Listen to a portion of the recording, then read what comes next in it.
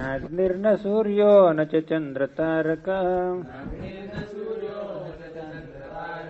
न भूर्जलं खं श्वसनोऽथ वान्मनः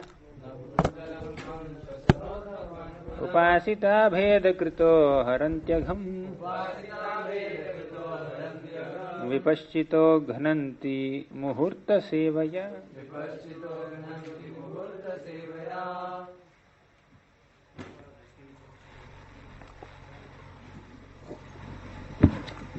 Why this is empty?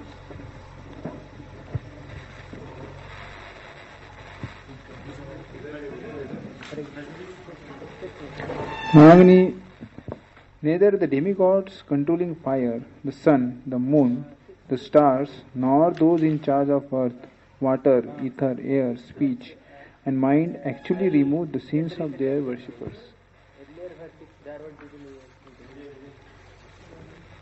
Six or eight rules.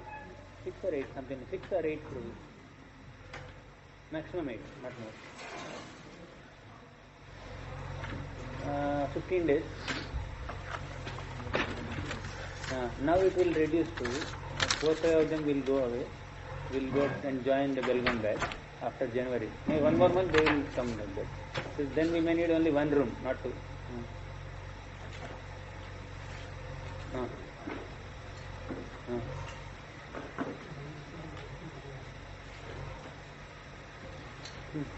Okay, bro. So next month, anyways, this month is over. December only they will come. At that time, Gokul. Yes, sir.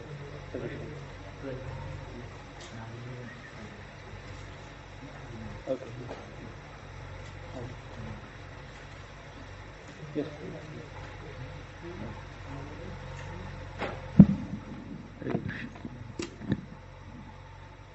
Read 12th translation. Neither the demigods controlling fire, the sun, the moon, the stars, nor those in charge of earth, water, ether, air, speech, and mind actually remove the sins of their worshippers, who continue to see in terms of dualities.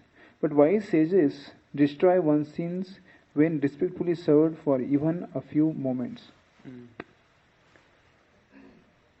So Agni, Surya, Chandra, Taraka, so many great controllers are there of various affairs of this material universe, and there are so many people who worship them also.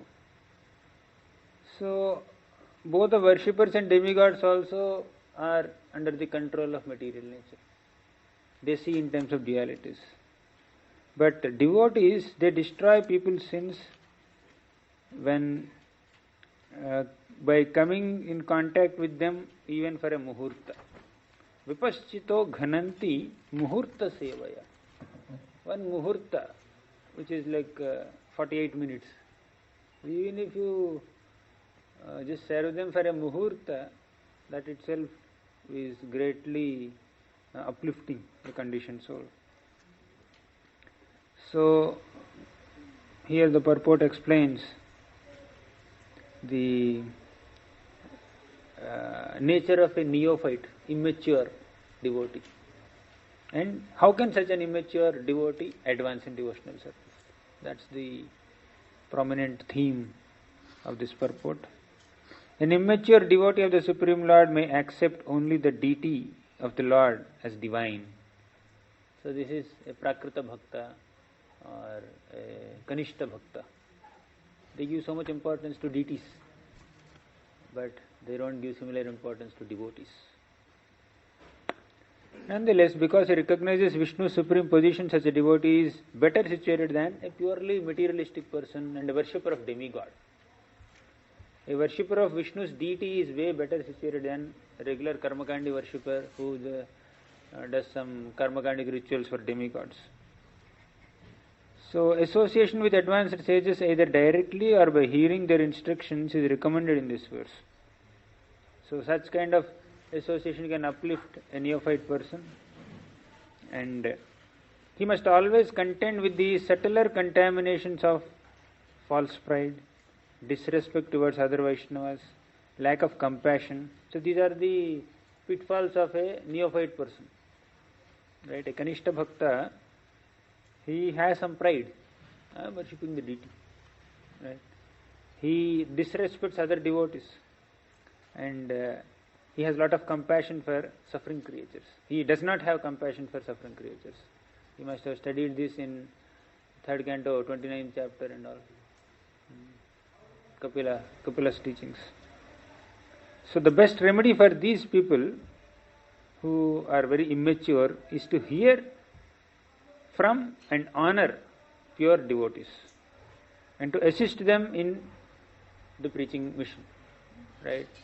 Only by service to pure devotees one will be able to uplift oneself, which is otherwise not possible even by performing deity worship, even by studying Shastra. That's what this purport says. So now a comparison is made between the purifying effect of the worship of demigods and sages in this verse. When someone worships the demigods, he cannot become very pure so easily, because the interaction between a worshipper and the demigod is one of selfishness. The worshipper of a demigod is selfish, and the demigod himself is selfish. But when it comes to an interaction between devotee and any conditioned soul, here one party is selfless. Selfless to what extent? So selfless that he wants to uplift this conditioned soul to the lotus feet of Krishna, to give him the shelter of the lotus feet of Krishna. So, because of that pure intent, selfless intent, the purifying effect is more. Right? So wise sages destroy one's sins when respectfully served for even for few moments. So next, 13th verse. यस्यात्म बुद्धि कृणपे त्रिधातुके स्वधीः कलत्रादिषु भौम इज्यधीः यत्तीर्थ बुद्धिः सलिलेन कर्हिचित्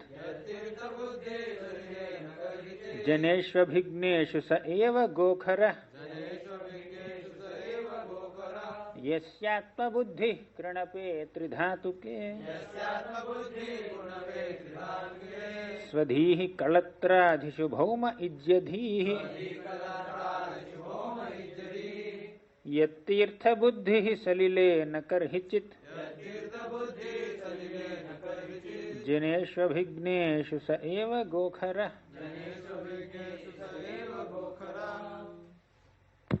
One who identifies himself as the inert body composed of mucus, bile and air, who assumes his wife and family are permanently his own, who thinks as earthen image of or the land of his birth is worshipable, or who sees a place of pilgrimage as merely the water there, but who never identifies himself with, feels kinship with, worships or even visits those who are wise in spiritual truth. Such a person is no better than a cow or an ass. So, yasya atma buddhi kranape tridhatuke. This kunape is corpse, dead body. So, this body without soul is as good as a corpse, right? So, when the soul is present, the body is animate. And the conditioned soul forgets that this animating body, this living body, this beautiful body is me. He thinks like that. But he doesn't understand who is that actual me within the body. So he thinks that this body is me. So, such is the consciousness of a conditioned soul. Yasya atma buddhi. This is myself. So he identifies his self with a corpse-like combination of material elements, right? So swadhihi kalatrahishu bhauma ijjadhihi. So next line says, once you misidentify yourself with this material body, then you start misidentifying other people who are connected to this body as yours. Kalatrahishu. Kalatra is a wife. So this wife is mine, children are mine, relatives are mine, this house is mine, this furniture is mine. So like that, there is a sense of possessiveness. You know, Brahmaji has created this 5 kinds of nescience in the beginning of the creation. So Sarjangrendhatamishram athatamishram adikrit mahamoham cha tamaschagnana vrittaya. What is tamas? Ignorance. Ignorance of one's own identity. The next is moham. Moham means in that forgetfulness of one's own identity, you identify yourself with body. That is moham. What is mahamoham? The sense of possessiveness. When you identify yourself with this body, whatever is connected to the body is mine. Moham is I, mahamoham is mine. I and mine conception. Aham mameti. The next is tamishram. Tamishram is anger upon frustration. Then you realize that it's not actually mine. Right? Whenever someone just intrudes, it's not yours, it's mine. Someone will claim that your property. You think that it is your property, someone else will claim that property. Then there is frustration, anger. That is tamishram. And the ultimate frustration or anger will lead you to sense of death, where you realize that even this body is also not mine. So far I was thinking that this mic stand is mine. Someone said that, no, it's not yours, it's mine. Someone else claimed it. Then there is anger. That is tamishram. Now forget about this mic stand and other external objects. You realize that this body itself is not mine. That is a sense of death which is called andhatamishram. So these are the 5 things that Brahmaji has created. So that's how creation began. This whole creation is, the purpose of creation is to house the conditioned souls who developed a sense of independence from the Lord. We need not depend on the Lord. We cannot serve Him. We cannot serve Krishna. So this whole thing is meant for that. Whole material creation is meant for that. So for that he first created these operating systems or softwares, whatever you may call. He installed them. The subtle feelings and conceptions, which are technically called nescience. Right? Ajnana vrittis. So Brahmaji has installed. Then he started the creation and then creating the material bodies. Now Krishna is tracing back that creation. Krishna says, whoever under the influence of these 5 kinds of nescience, whoever thinks that this body is mine and the people who are connected to this body are mine and the land where I am living is mine, is most worshipable tirtha, right? And what else? Bhoma ijjadhihi. He also says that one who thinks the earthen image or the land of his birth is worshipable. This earthen image doesn't refer to a deity of Krishna. It's not Radha Krishna deity. It is deity of some demigod. If one thinks that deity of a demigod is worshipable, then he is like a cow or an ass, like that it's connected. So this earthen image doesn't refer to Krishna deity. Similarly, yat tirtha buddhihi, or one who sees the place of pilgrimage as merely water there. And this water doesn't refer to the holy rivers like Ganga, Yamuna, not like that. Some lower rivers. So giving so much of great importance to the rivers or lakes or water bodies which are not connected with Krishna's pastimes, that is considered materialistic conception. Such a person is compared to cow and ass. Getting right? So such a person is no better than cow and ass. Who is no better than a cow and ass? Number 1, he thinks body as self. Number 2, he thinks his family and other relatives connected to the body as his own, I and mine. Third, he thinks that an earthen image or the land where he took birth, that is worshipable. Fourth, he considers a pilgrimage place as a mere water body. Right? So like that. So such people are no better than cows and asses. Janeshu abhigneshu sa eva go kharaha. Go is cow, khara is ass. Now cow is such a glorious animal. Why should you compare a materialistic person with a cow? We worship cows, we brush cows. All that you may say. But Now the glorious aspect of cow is not taken here. Cows being the dearmost animal of Krishna, that is not being taken here. What is taken here is the cows being an animal, and when the calf dies also, cow starts licking, thinking that, oh, my son has passed away. That kind of ignorance aspect is highlighted. How can Krishna compare a materialistic person with his own dear entity, that is cow? He is called Gopal. Don't get into extremes. The comparison is restricted to the material aspect of the analogy, right? Not the complete aspect. Just like when Mahaprabhu was discussing with Ramanand Rai, when Ramanand Rai said, Sarva dharman parityajya mamekam sharanam vraja, this is the highest goal of life. So dharma tyaga. Lord Chaitanya said, eho bahya. Is he rejecting the conclusion of Bhagavad Gita? No, don't take the highest devotional import of Sarva dharman parityajya. Just to take the one proposal point of Ramananda Rai, which is Swadharma Tyaga. Just by renouncing one's own activities doesn't constitute the highest goal of life. Right. When we come to that chapter, we will understand. So we need to understand how much should we accept when some verse is quoted. Kaviraj Goswami quotes so many verses in Chaitanya Charitamrita, from Bhagavad Gita, Bhagavatam, then Chaitanya Charitamrita, then Bhakti Rasamrita Sindhu, Padyavali and all this. So in that context, some points are relevant. Right? That's what he wants to highlight. Right? In another context, another feature of that is highlighted. So that is the import of this verse. So here water refers to lower rivers. For example, somebody comes from a village. Now, in the attempt to promote village life or natural life, sometimes one may give so much of importance to village ambience only. Right? Oh, this village, you have forgotten, you went somewhere else. Right? You have settled down in cities. You know how glorious is your own village. Yeah, definitely. When you give importance to the natural ambience, natural life, in comparison to the artificial living standards that you live in the city, to that extent that comparison is good.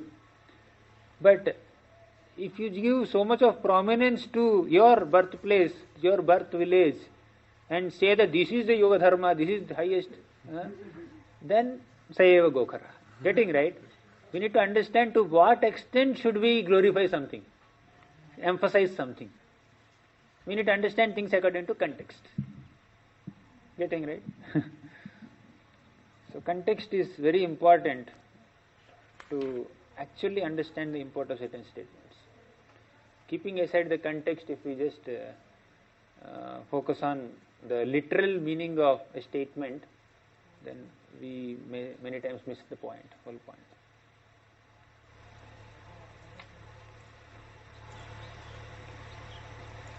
True intelligence is shown by one's freedom from false identification of the self. What a brilliant statement. What is true intelligence? Freedom from Mahamoham. An imperfect Vaishnava advancing towards the second class platform means a Kanishta going to Madhyam level identifies himself with the sages who have established the true spiritual path, even while he still may have some inferior material attachments to body, family and so on. Such a devotee is not a foolish cow or stubborn ass like the majority of materialists, but most excellent is Uttama devotee. Right? Uttama adhikari. Here the point is someone who is attempting to advance, you cannot put him in this category of fallen, duplicitous, hypocritical, cow, ass, like that. Now there are two categories of pure devotees. One is who is actually pure devotee, one who is attempting to be pure devotee. He also can be considered pure devotee because his aspiration is pure, his determination is pure, and if he continues to maintain that determination and honestly and sincerely tries to achieve that goal, eventually he will also become a pure devotee in that sense. Right? He is not yet pure, sure, but He is attempting, honestly attempting to be pure. So that we must acknowledge. So we cannot put everybody in this platform of cow and ass, whoever thinks in these lines very literally. He may have certain material attachments like this.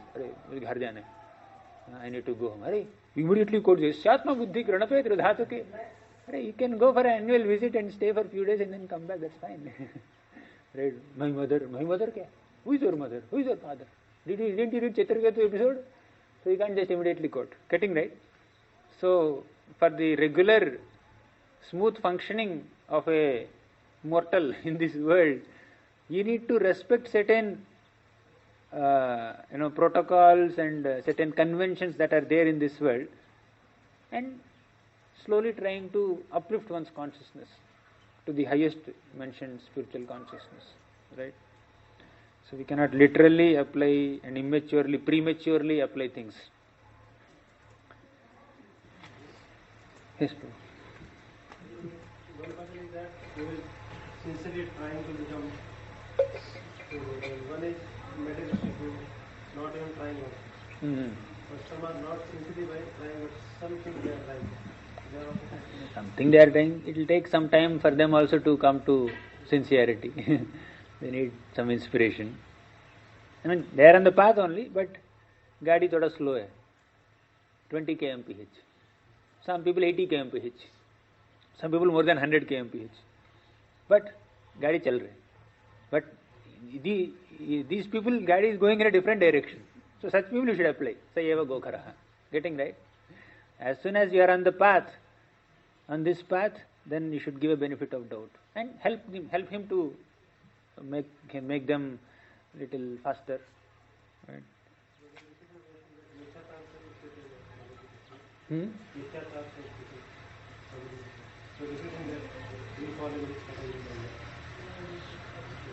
We fall in which category? That's subjective. You can't put everybody in that one category. Here 30 people are in 30 different categories also. That you assess yourself to some extent, your immediate superior or someone who is closely monitoring you and guiding you, he can assess to certain extent, and Paramatma will assess ultimately. Here, 13th verse, 1 minute. Here, Kaviraj goes, Chakravarti says, cows and asses are called, asses are classed as one object because of their similarity. Go kharaha can mean the asses that carry grass and other items for the service of cows. Sometimes asses will carry grass for the cows. Those who identify with the body as Atma Buddhi are not wise men. One who concludes that those who identify with the body and with wise men are not cows and asses. Okay. Who has a question? Which is this? Who sees the place of pilgrimage as merely a water there? Refer not to sacred rivers like Ganges. But seeing this statement, a person who sees the place of pilgrimage merely a water, so that itself is enough, na? Why this further clarification? Because if he sees Ganges or other rivers as important, then he is quite advanced, right? But who never identifies himself with the devotees there, right? No? Or even visits those who are wise in spiritual truth. So that has to be mentioned. No? One who does not see holy places not merely as water, yeah, he is advanced, but he should also do something positive. That is to go and surrender to some sincere sadhus there. What exactly is the question? My question is, if he sees the lesser rivers less important, but if Yamuna and Ganges are there, then he has some importance for them. From this statement, it comes like that, So that means he respects them, respects the places of pilgrimage. He doesn't just neglect them. Correct. See, So- just acknowledging the presence of holy rivers like Ganga, Yamuna, that is not sufficient. We should also take advantage of the holy men living there. For that, the clarification is mentioned. Because even holy rivers like Ganga also purify after a long time. That Krishna has already clarified some time back.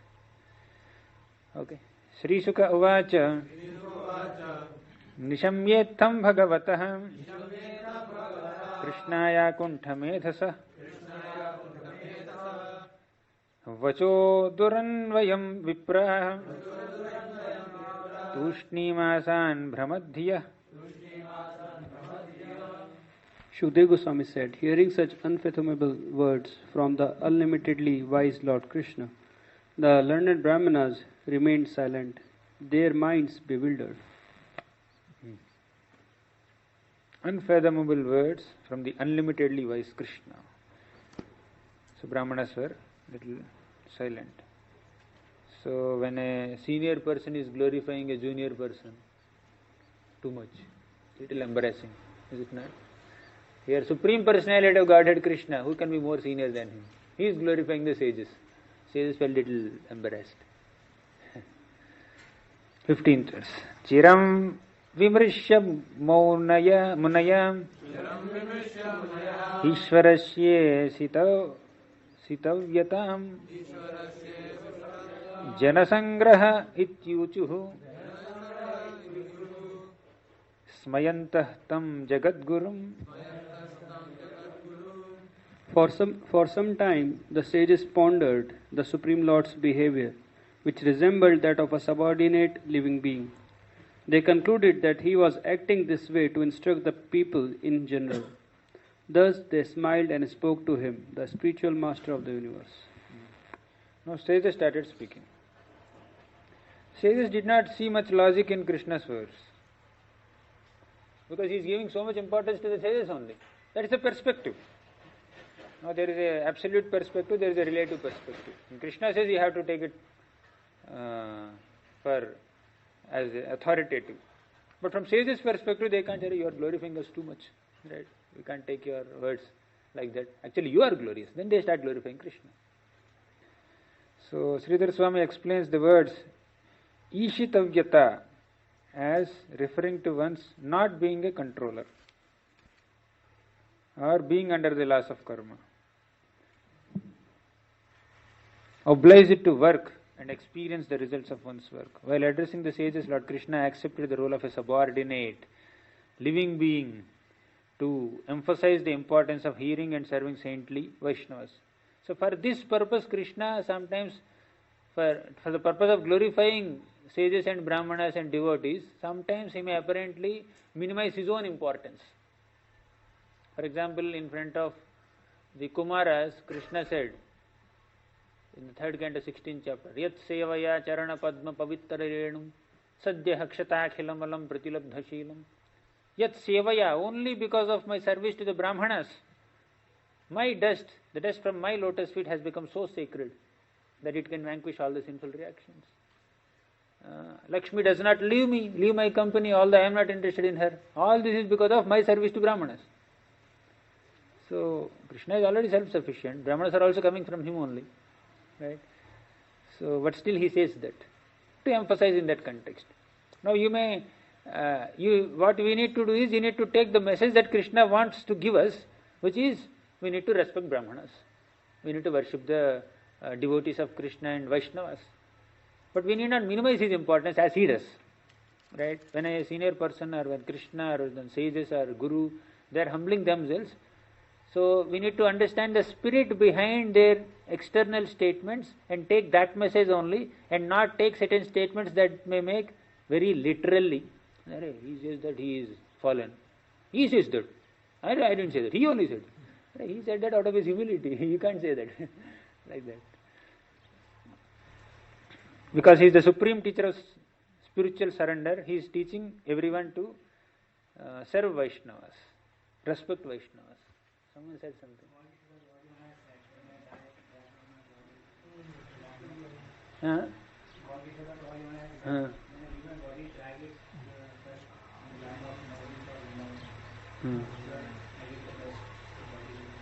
So the Haji, Babaji is literally want to drag his body. Good example. Srimunaya uchuhu Yanmayaya tattvavida uttamavayam Vimohita vishvasrijamadhishvara Yadishitavyati gudha ihaya Yadishitavyayati gudha ihaya Aho vichitram bhagavad vicheshtitam. The great sages said, "Your power of illusion has totally bewildered us, the most exalted knowers of the truth and leaders among the universal creators. How amazing is the behavior of the Supreme Lord!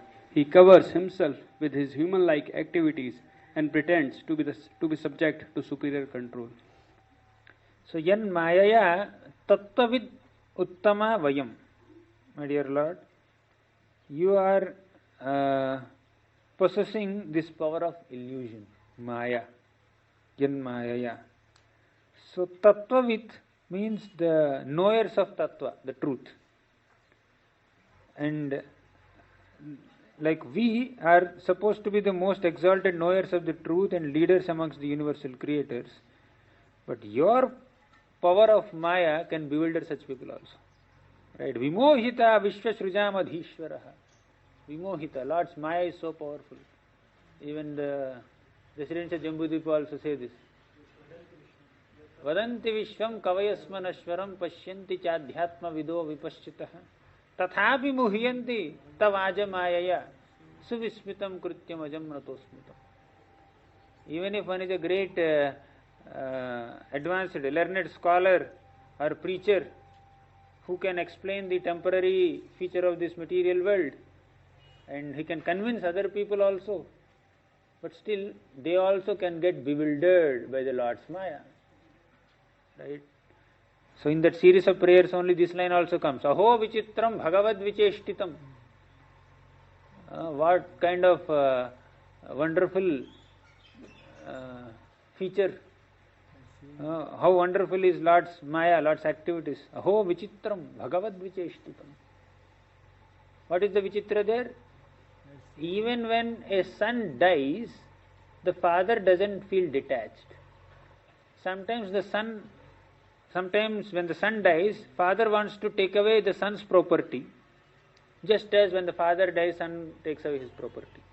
When the son dies, father will take the son's property and also his wife, his widow also, right, and enjoy sense gratification. So these kind of things happen, right, in the material world. So that is Bhagavad Vicheshtitam. So now this Bhagavad Vicheshtitam, Maya is mentioned in a different context. Oh, your Maya can bewilder even great learned sages also. So they say that Yad Ishitavyayati, the Supreme Lord pretends to be the subject of higher control. He is Isha, but Ishitavyayati. He is presenting himself like a human being and pretending that I am subject to someone else's control. Here Krishna is glorifying the sages. Oh, you sages, you are Brahmanas, you are worshipable, this and that, he says that. But actually, you are our Lord. You are worshipping us, you are respecting us, you are glorifying us only to set an example for other human beings to follow. But that doesn't make you subordinate to us. Right? The sages have characterized the Lord's statements as inscrutable. How this is so is stated here. His words and activities bewilder even the most learned when he plays at subordinating himself to his own servants. When Krishna is being bound by Mother Yashoda in Damodar Leela, or when Krishna is being beaten with foot by Arjuna on the battlefield of Kurukshetra, there Krishna is placing himself as subordinate to his servants. Servant of the subordinate. That is Krishna's description. Bhakta Vashyata, Bhakta Vatsalya, Bhakta Paradhina, Bhakta Vashyata, Bhakta Vasha. So, even when Krishna does like that, he is only glorified. Sarva Saundarya Sangraham. One of the best aspects of Krishna's beauty is he is giving more credit to the devotees and he is taking a low profile. That point these sages are highlighting. Amazing behavior of Krishna. 17th verse. Aniha etad bahudhaika atmana सृजत्यवत्यत्तिनबध्यते यथा भौमैर्हि भूमेर् बहुनाम रूपिणी अहो विभूम्नश्चरितं विडम्बनम्. Indeed, the human-like pastimes of the Almighty are simply a pretense. Effortlessly, He alone sends forth from His self this variegated creation, maintains it, and then swallows it up again, all without becoming entangled, just as the element earth takes on many names and forms in its various transformations. So, 16th verse, the sages glorified the amazing behavior of Krishna. How he presents himself as a subordinate, although he is beyond and aloof from everything. Now, 17th verse, they are saying that the Lord is transcendental. Although he does creation, maintenance and destruction, he is not entangled. Something similar to what we learnt in first canto. What was the relevant verse? First canto, 11th chapter. This is the divinity of the Supreme Lord. Etadishanamishasya prakristhopi tadgunaihi na yujyate sadatmasthir yatha buddhihi tadashrayah. Same thing is mentioned here also. Effortlessly, he sends forth from his self the variegated creation. From himself, he is sending all the ingredients of creation. Then he is sending his cohesive energy for the amalgamation of all these ingredients of creation and for the formation of the universe. And when the universe is formed, he enters that universe as Vishnu, Garbhodakasaya Vishnu, Kshirodakasaya Vishnu, and maintains the universe. And he annihilates the universe also. But although he deals with matter, what is this whole creation is all about? It is all about material creation, maintenance of material world, destruction of material world. All these are purely dealings with matter. Although he deals with matter at such a high magnitude, we deal with matter. How much matter we will deal with in a day? Our body is made of matter, and we may deal with little matter, little ground, little land, little water, little earth, little sky. Our dealings with matter are very small and insignificant and tiny compared to Krishna's dealings with matter. Right? But he is not entangled and we are entangled. That is the difference between an ordinary tiny jiva and Krishna. That's why Mahaprabhu is so heavy against people who equate jiva with the Lord. Where is jiva and where is Supreme Lord? Why are you equating both of them? Krishna is not captivated by the great feminine attributes of his internal potency. All the queens are manifestation of Krishna's internal potency, and their feminine attributes could not even cause the slightest agitation in Krishna's senses. But the conditioned soul is just a slight, mild glance of Krishna's external potency can do a thorough job in captivating the conditioned soul. Right? He doesn't need any internal potency of Krishna to captivate him. So one billboard is sufficient to make one person fall down. Right? So one website is sufficient. But Krishna is not like that. Dwarka queens are directly there and gopis are there. Right? Who can be more beautiful and who can have more charming feminine features than all these great ladies? Pramadottamasta Uddama bhava pishunamala valguhasa vridavaloka nihato madanopi yasan sammuhya chapam ajahat pramadottamasta. They are pramada uttama, best of all women. Even Cupid surrenders. Cupid gives up his bow and surrenders. So such is the potency of these people, these ladies. But they cannot cause any agitation in Krishna's senses.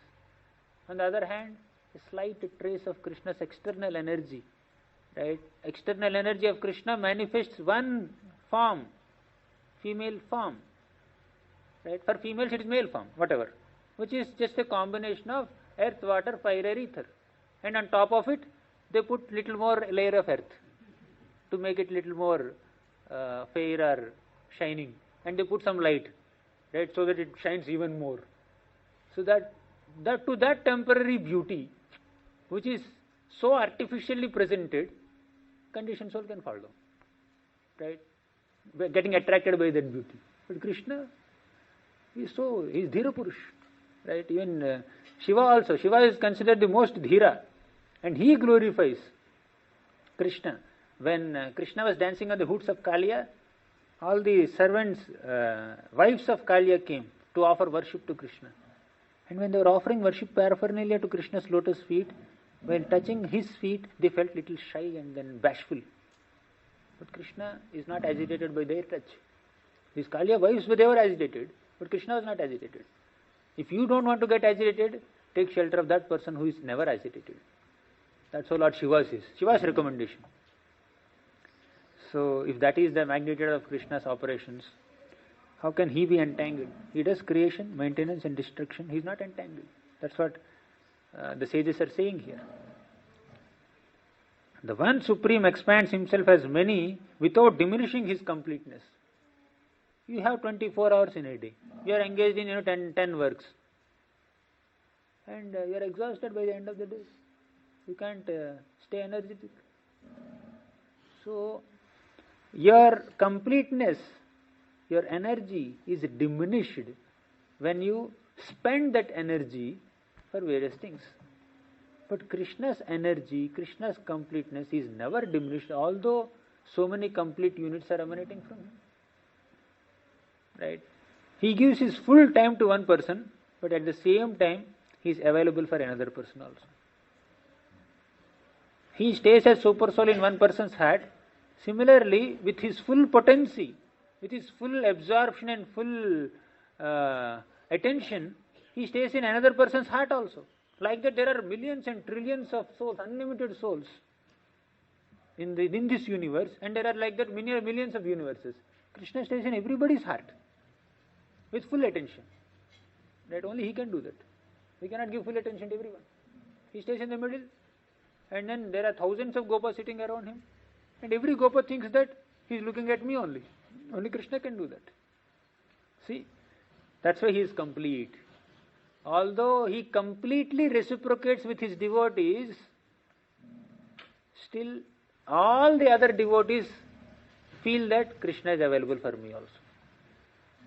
He gave his complete reciprocation and attention to another one person. How can he give similar quality of attention and reciprocation to another person? But his time is unlimited. Right? Krishna has the potency to manifest a unique form in a unique mood for every single soul in the entire cosmic manifestation. Yadyad dhyata urugaya vibhavayanti tattat vapuh pranayase sadanugrahaya.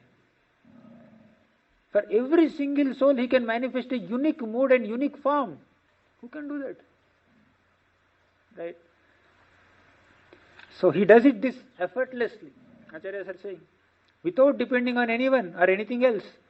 This mystic process of the Lord's self-expansion is incomprehensible to all but himself. We cannot understand how he does it, man. My God. Because when someone is doing something, so much seva he does, for example, so much management he does. So he tell, "Arey, kaisa kar raha hai? He is with me only. He is doing so much management." For example, our other Chaitanya Prabhu, he is getting so many permissions and all this PR and all that. So if I am in his role, I will collapse in one day. Right? It's unimaginable, inconceivable. Now your own co-practitioner or another person who is sitting next to you can amaze you with his activities. Right? But how much Krishna is doing? Did you ever even imagine how much Krishna is doing? But people are not getting amazed only. Right? People just point out, why is he doing like this? So that's what they say. instead of getting so surprised and amazed and astonished and get attracted and captivated in this kind of, when something is so exciting, so intriguing, you feel like putting your mind there, and then people just, curiosity, right? People have curiosity, they go online and then they go into so many websites doing so much of research because some curiosity captivated them. But although Krishna does such unimaginable things, people are not becoming curious to understand what is he. That is because of the covering of material nature. How thick is the covering of false ego and covering of material impressions on a soul? To that extent, he will lose curiosity to understand Krishna. There is no curiosity, there is no interest, there is no inspiration, there is no inclination. So, but the example of the substance earth and its manifold products bears enough resemblance to provide some idea. So you simply pretend to be under higher control, but he is not under anyone's control. So where to focus on, where not to focus on, that discrimination is not possible for a conditioned soul. One of the most significant aspects of conditioned nature is to lose discrimination. To what should I give importance? What is of importance for me? What is not of relevance for me? That decision a conditioned soul cannot make. That's why we need guidance. Right. Next. Athapi kale svajanabhiguptaye bibharshi sattvam khala nigrahaya cha swalilaya vedapatham sanatanam varnashramatma purushah paro bhavan. Nonetheless, at suitable times, you assume the pure mode of goodness to protect your devotees and punish the wicked. Thus, you, the soul of the Varnashrama social order, the Supreme Personality of Godhead, maintain the eternal path of Vedas by enjoying your pleasure pastimes. So, 18th verse is describing about the incarnations of Krishna. Svalilaya vedapatham sanatanam. So, at suitable times, Krishna assumes the pure goodness, Vishuddha Sattva, and protect his devotees and punish the wicked. That is Sarvadharman, what is that? Paritranaya sadhunam, vinashaya cha dushkritam. Same thing. So, maintain the eternal path of the Vedas by enjoying his pleasure pastimes. Now, Krishna is such an expert person, smart person, that when he descends and then he does something, he does so many things simultaneously also. Lord Chaitanya wanted to understand, Krishna wanted to understand the greatness of Srimati Radharani's love and to experience what she is experiencing and to taste his own sweetness. That's the reason for which he descended. And while doing that, he also taught the exemplary behavior of a sadhu, of a renunciant, and spread the yoga dharma, propagated Nam Sankirtan, all that also he did. So when Krishna does something, he does so many works simultaneously. So he is enjoying his pleasure pastimes, Svalilaya. Svalilaya, he is performing his beautiful pastimes with his devotees. Yashoda, Nanda, all the Gopas, all Vrindavan pastimes, Mathura pastimes, Hastinapur pastimes, all that he is enjoying. But while doing so, Vedapatham Sanatanam Varnashramata Purushah Paro Bhavan. While doing that, he is establishing the eternal path of the Vedas. So Lord's enlightening people in general and his imitation of worldly behavior, both are happening simultaneously. That's described in this verse. He is doing his pastimes and is also exemplifying an ideal personality in this world, worldly, by presenting himself as a human being. Next, 19th verse. Brahmate hridayam shuklam tapah swadhyaya samyamaihi Yatropalabdham sadvyaktam avyaktam cha tatah param. This verse is about the scriptures. The Vedas are your spotless heart, and through them one can perceive, by means of austerity, study, and self-control, the manifest and the unmanifest and the pure existence transcendental to both.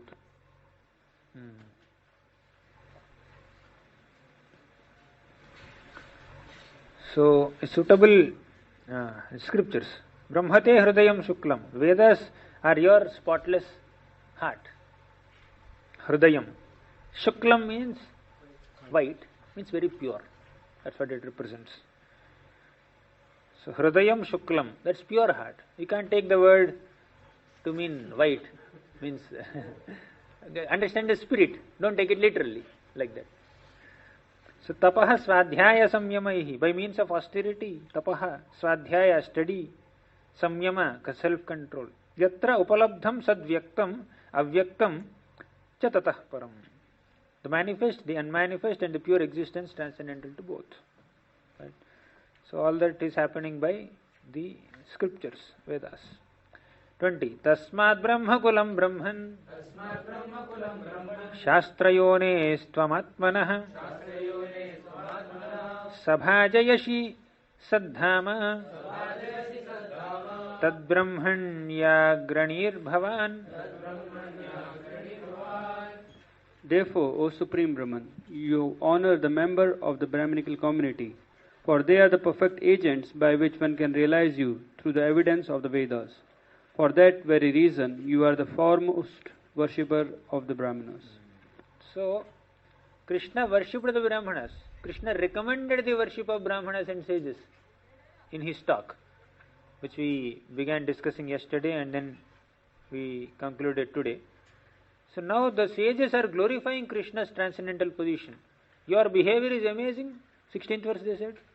17th verse they said, you are transcendental to this material creation, maintenance and destruction. And 18th verse they said the purpose of his incarnations. 19th verse the purpose of scriptures. Now in 20th verse they are saying that to exemplify the nature of a human being, an ideal human being, you are presenting yourself as a worshipper of Brahmanas, as the foremost worshipper of Brahmanas. In future, people will think that Krishna worshipped Brahmanas, I should also worship. Krishna said that to Kumaras also. If I take the dust of Brahmanas and put on my head, who will hesitate to do that? I eat food through the mouths of Brahmanas. That's a better way for me to accept food than through the sacrificial oblations. Generally it is said that the Lord accepts our offerings through sacrificial fire. But he says that I accept offerings through the mouths of Brahmanas. When you offer them food dripping with ghee. He is the foremost worshipper of Brahmanas. Namo Brahmanya Devaya. Next. Here the Lord is described as Tasmad Brahmakulam Brahman Shastra Yonestu Atmanaha. Sabhajayasi Tadhama, Saddhama. You honor the members of Brahmanical community, for they are perfect agents by which one can realize you through the evidence of Vedas. So why Brahmanas are given so much importance? Ultimately, Krishna's plan for the conditioned soul is to reclaim them. I want to take them back to Godhead. That's the whole purpose. Whatever Krishna does in this material world, in relation with the material creation, is for that purpose of reclaiming the conditioned souls. Of course, he has his own leelas, he has internal reason, external reason, all these are there. But from the perspective of the conditioned souls, what Krishna wants is, I want to reclaim this fellow. Right? So, why he is giving so much importance to Brahmanas? Because Brahmanas assist Krishna in reclaiming the conditioned souls. How? By explaining the scriptures. So scriptures, what the scriptures should reveal to the conditioned soul? This is the path by which we can go back to Krishna. What a sadhu should tell the conditioned soul? This is the path by which you can go back to Krishna. And why Krishna is loving the scripture and loving these Brahmanas? Because they are one with him in purpose of reclaiming the conditioned soul. Right. So Krishna reclaims the conditioned soul in various ways. First, he gives him an opportunity to enjoy separately from Krishna, and by doing so, the conditioned soul will fail in his attempts to enjoy separately from Krishna. And when he fails, that frustration and that disappointment and discouragement and that failure will give him a realization. Supposed to give him a realization. If not now, later. After 10 lifetimes maybe. Right? After 100 lifetimes. Or after one day of Brahma. Something like that. So all this frustration should lead to a point where he thinks that, I think I cannot enjoy separately from Krishna. Like that. He gives an opportunity to exercise his independence. Second, he also gives him an opportunity to realize that he cannot enjoy independently. So by this, he tries to reclaim him, right? By inducing a feeling of detachment and frustration in him. And scriptures are there. And once he is frustrated, that I think I cannot enjoy in this world, right? I am suffering.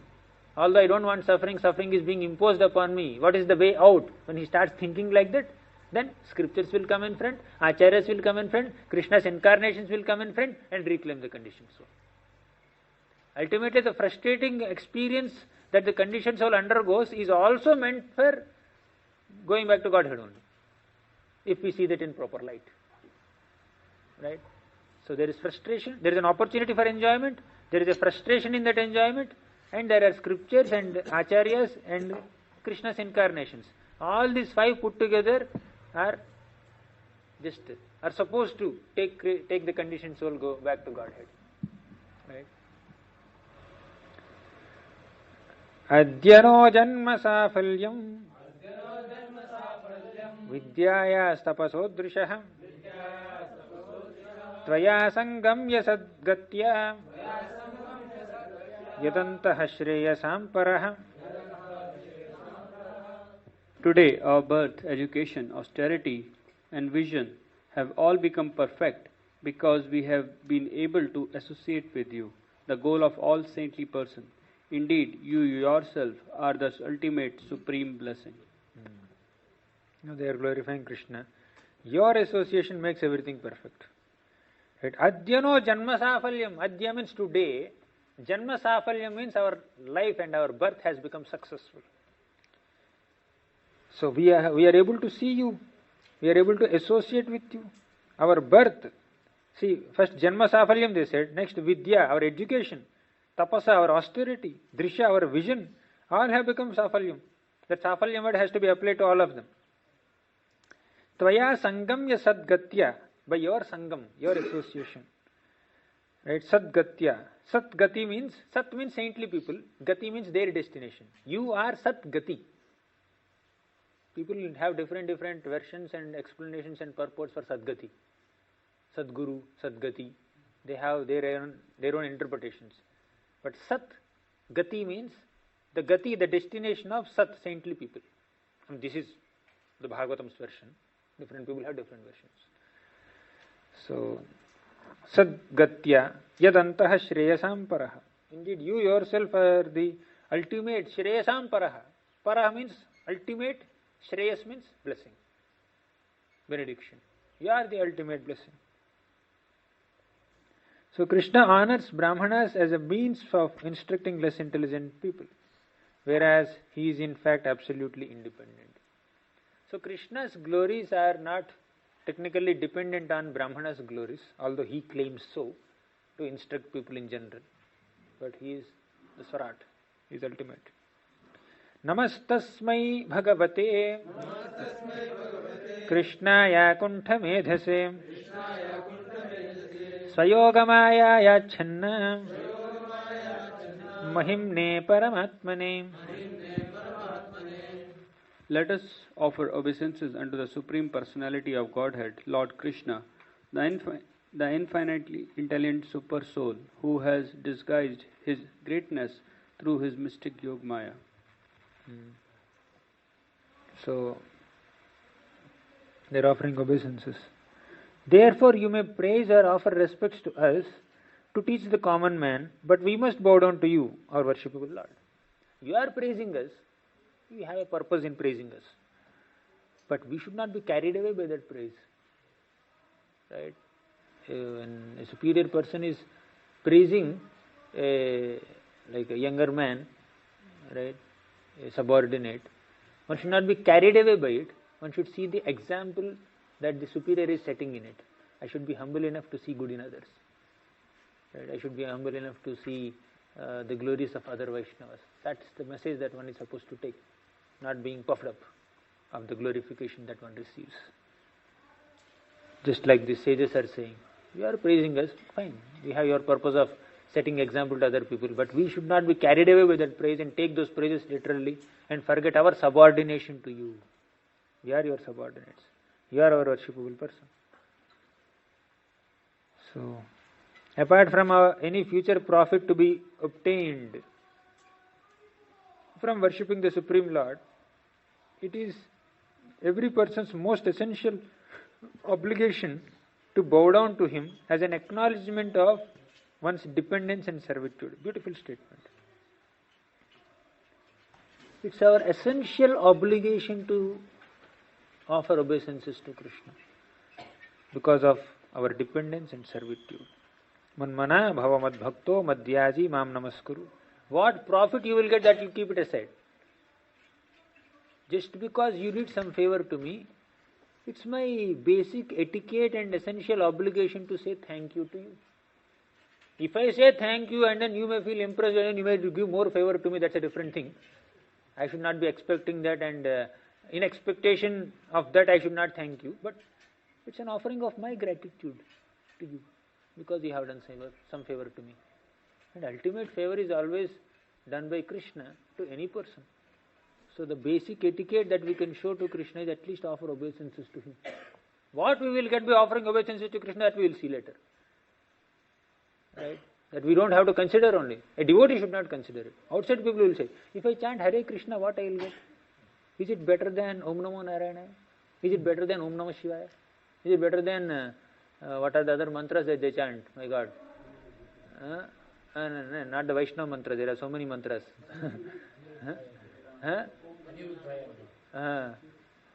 And so many mantras also they invent.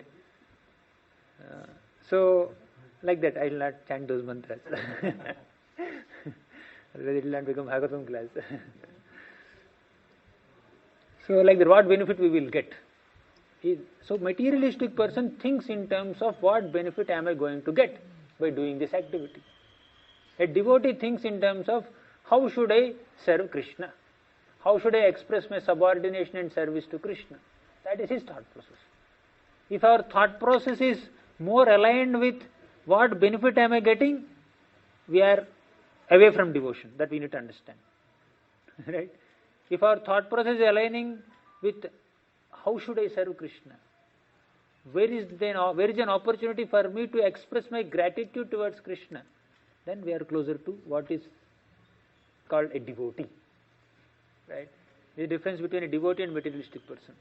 Thinking in terms of one's own selfish material benefits is the nature of a materialistic person. Thinking in terms of selfless service to Krishna, ahaituki apratihata seva to Krishna, is the attitude of a devotee. Beautiful statement. You can memorize this statement also. Apart from any future profit to be obtained from worshipping the Supreme Lord, it is every person's most essential obligation to bow down to Him as an acknowledgement of one's dependence and servitude. Long statement, but very beautiful statement. Footnote. Pradipika. 23. Nayam vidantyami bhupa ekaramascha vrishnayah maya javanika channam atmanam kalamishwaram.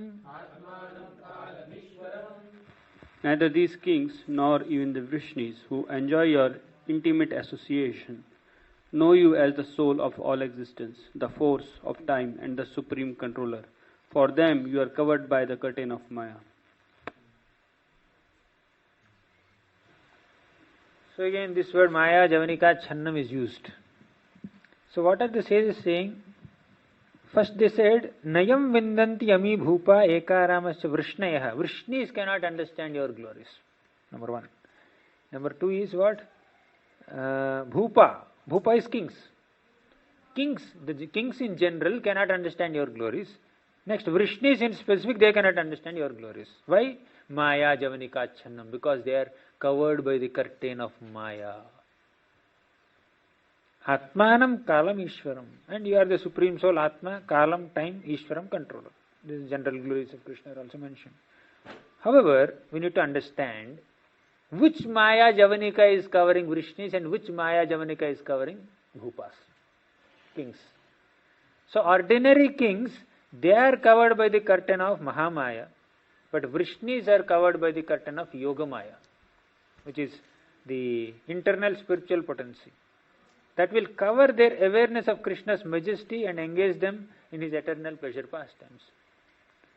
Unless all the friends of Krishna are not covered by Yogamaya, how can they consider him friend? They start offering obeisances.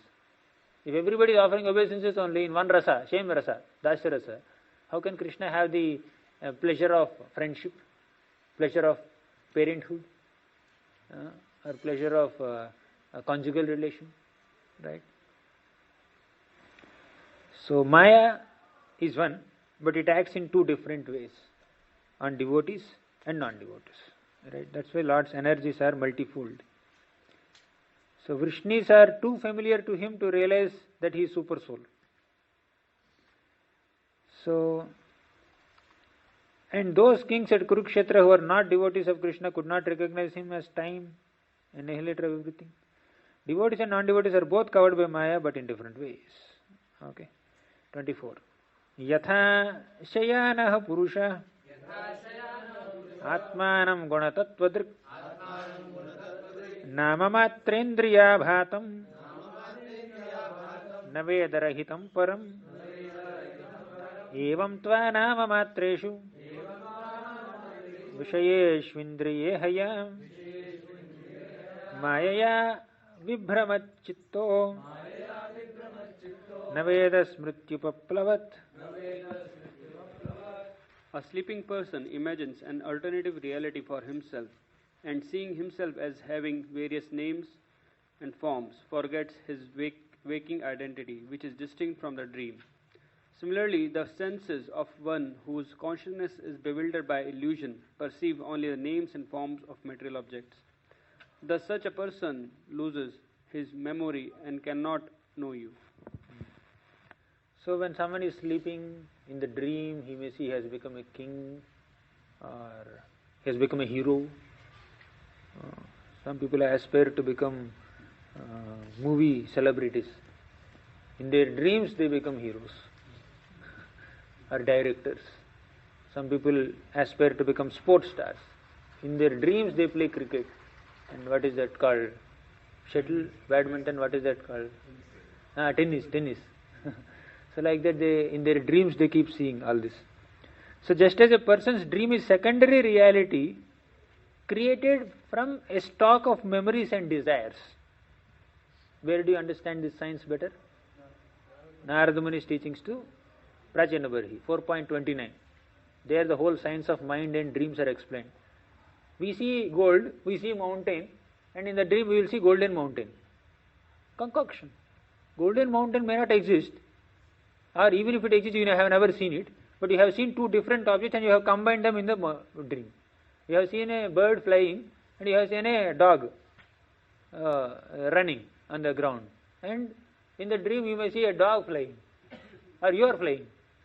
Right? It may happen like that. So this is all a stock of memories and desires just processed by your mind in its own way, random way.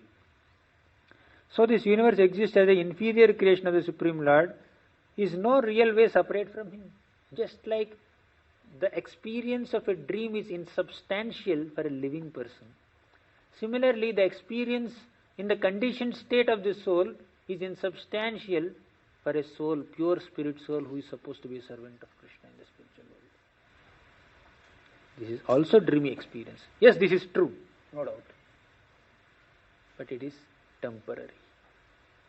It is so temporary that it doesn't exist even for one eye blink of Brahmaji, who is also conditioned in this world. Right? Within Brahma's one eye blink, our 100 lifetimes are passing away. And what one person said something to me today, and how much importance should I give it to him? Right? Some event happened to me today, how much importance should I give it to him? It's not even doesn't even occupy even 1 kb of the 1 B, 1 byte of the hard disk space of Brahmaji. And whose life is insignificant, whose entire life is not even one breathing period of Mahavishnu. And Mahavishnu is an expansion of an expansion of an expansion of Krishna. Where is Krishna and where are we? Right? Where are we entrapped? And what all things are bothering our minds? And where is Krishna? Right? And by Prabhupada's mercy, we are attempting to reach Krishna. Serve Krishna. See, such a surprising phenomena. What we are attempting is so lofty, is it not? If we only consider it for a moment, right? And we take it for granted oftentimes. So, the universe exists as an inferior creation of the Supreme Lord, is no real way separate from Him, is in no real way separate from Him. So, in one sense, they are the same also. That we have discussed so elaborately at other times. The oneness and the Bheda Vakyas and Abheda Vakyas, all that. Maya tadvadam sarvam jagadavyakta murtina nachamatstani bhutani pashyame yogameshwaram. All these verses are very familiar to you. We discussed multiple times. 26th verse. Tasyadyate darshasi dadrishi manghrim augha aghaugamarsham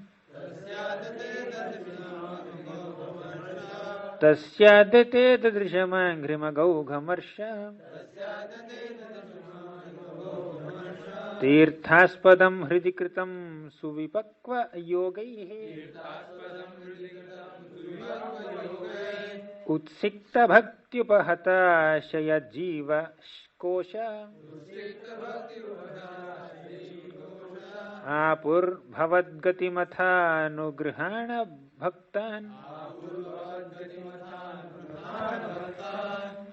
Today we have directly seen your feet, the source of the holy Ganges, which washes away volumes of sins.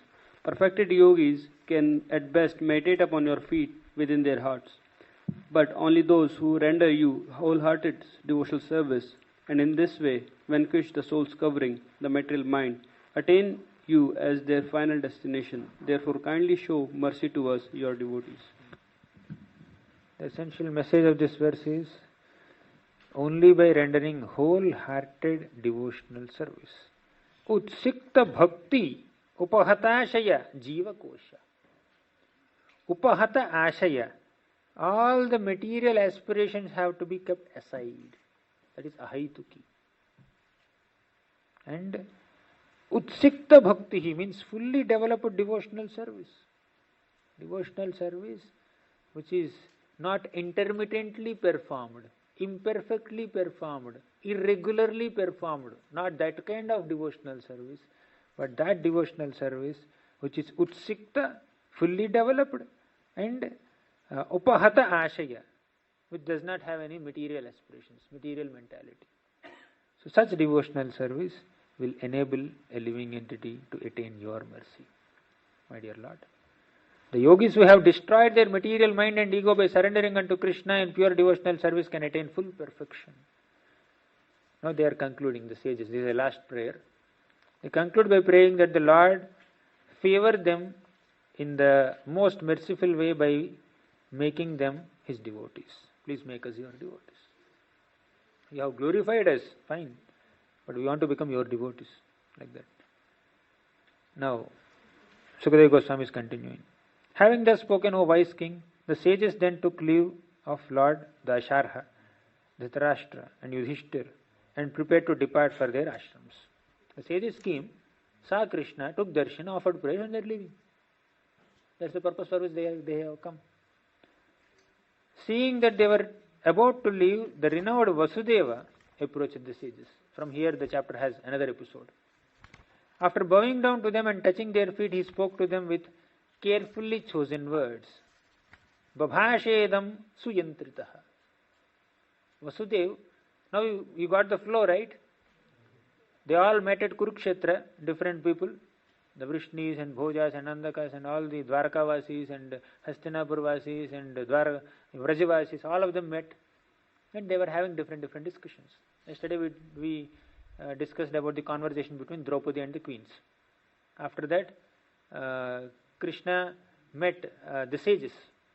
Krishna started addressing the sages when the sages came. He offered obeisances and addressed the sages. And sages addressed Krishna by offering him prayers. And now they are about to depart and Vasudeva comes to take some guidance of the sages. Now Vasudeva, who is father of Krishna, he was overwhelmed with a feeling of awe and reverence towards Krishna after hearing Krishna's glories from the sages. Right? So there is a slight, change in his attitude, Vatsalya attitude towards Krishna. Sometimes he gets into Aishwarya mode. So Vasudeva is undergoing that phase now in this chapter. So 29th verse. Vasudeva is saying, Namo vaha sarva devebhyam rishayah shrotum arthatam karmana karma nirharo yathasyanastadacyatam. Obeisances unto you, the residents of demigods. So, sarva devebhyah. All the sages are considered to be personification of all the demigods.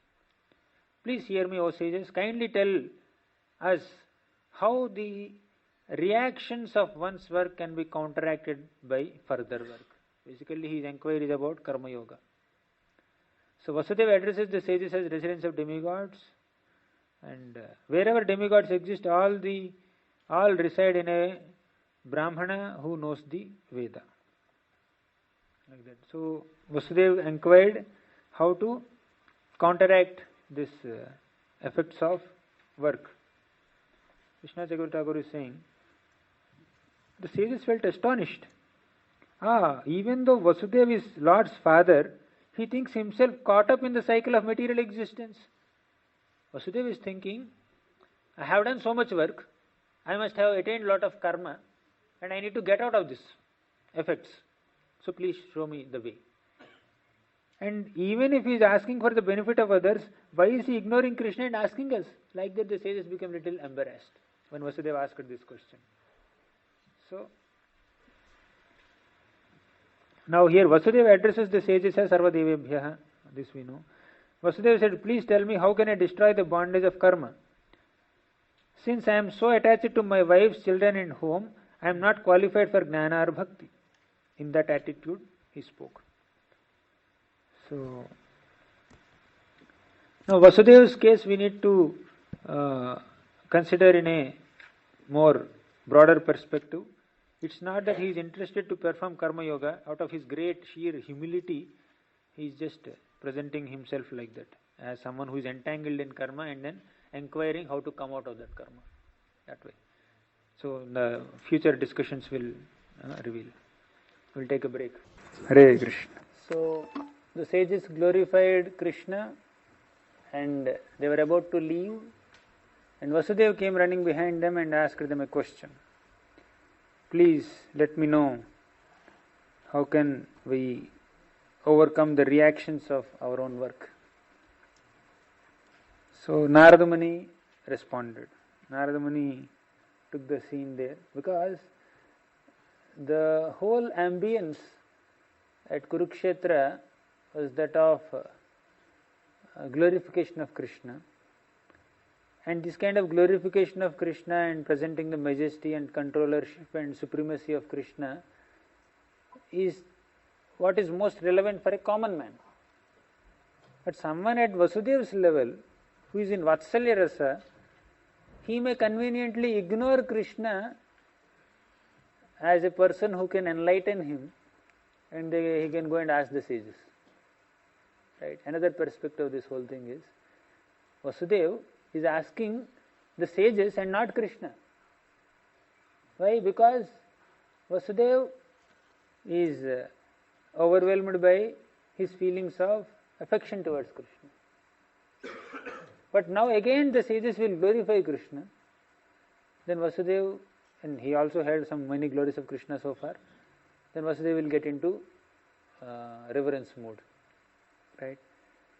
So here the perspective that Acharyas are presenting is that although Vasudeva knows that Krishna is God right from his birth, because as soon as Krishna took birth as the son of Vasudeva, Vasudeva offered prayers. The first thing that Vasudeva did was offering prayers to Krishna. Right? Since then he knows that he is God. But because of interacting with him so closely, he developed so much of quote unquote familiarity with Krishna. Right? Means this is a perspective. Vasudeva is in Vatsalya Rasa, but from a common man's perspective, if you stay with some great people so closely, the tendency is to get familiar with them and not to take them very seriously. In those lines, Narada Muni will start responding now. Right? So the whole discussion is made relevant for a common man. The Prema Siddhanta, or the real truth of loving affairs and love of Godhead and the rasas, that's not being highlighted here. But what is being highlighted is what is relevant for a common man.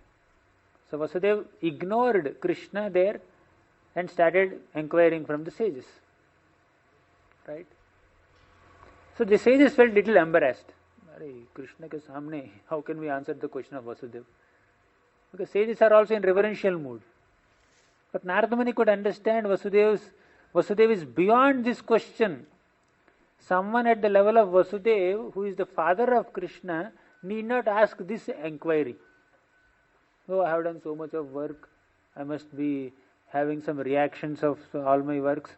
How can I get out of all of that? So that kind of questions he need not ask. He is beyond all that. But still he is asking. Sri Narada Uvacha Nati Chitram Idam Vipra Vasudevo Babhutsaya Krishnam Vatvarbhakam Yannah Pruchati Shreya Atmanah. He says, Na Atichitram Idam Vipra. O Brahmanas, Narada Muni is telling the other Brahmanas, it is not so amazing that in his eagerness to know, Vasudeva has asked us about his ultimate benefit and he did not ask Krishna. Why? Krishna is being considered as mere boy. Krishnam Matva Arbhakam Yannaha. Vasudeva is considering Krishna as his own child. That way he is not asking him. So, Pruchati Shreya Atmanaha. So Narada Muni and other sages felt obliged to maintain their attitude of reverence towards Krishna. So, how could they ignore Krishna and then presume themselves as someone who can enlighten Vasudeva? So they are in their mood. In front of Krishna, how can we answer? Now you and your Siksha Guru are standing there and some new iOS boy comes and asks you a query. Prabhu, what is that verse in Bhagavad Gita? What is that Manmana Mad Bhakta then? You should allow your superior to answer the question rather than you answering, unless he orders you, something like that. That is their condition now. So what Vasudeva is giving, Narada Muni is giving a nice example now. Very important point. Sannikarshotra martyanam anadarana karanam gangam hitva yathanyambas tatratyo yati shuddhaye. Very important point. Sannikarsho atra martyanam. Sannikarsha means being so close, physical proximity. Atra, in this world, martyanam for human beings, mortal beings. Anadarana karanam. Anadarana means, adar means giving respect. Anadarana means disrespect. Anadarana karanam. Sannikarsha means proximity will cause anadarana. Sannikarshana will lead to anadarana. Why? Physical proximity will lead to disrespect. Basically, familiarity breeds contempt. That's the point he is saying. And he gives an example. What is that? Gangam hitva yatha anya ambhas tatratyo yati shuddhaye. A person who is living so close to Ganga will think that I should go for some pilgrimage and take bath, a holy bath in some holy river. He starts thinking like that. Ganga to samne hai. You want to go to some other place? Let's go to some other place, some other holy river and take bath. Someone who stays so close to a holy person or holy place and holy dham may sometimes or may many times do not realize their glories and then feel like going somewhere else for some spiritual nourishment. So, maybe our immediate responsibility is to recognize what fortune that we have our next door, right in front of us, right? So, what is that called? The grass on the other side always looks green. Oh side, oh green the grass. This is brown, that is green. Like that.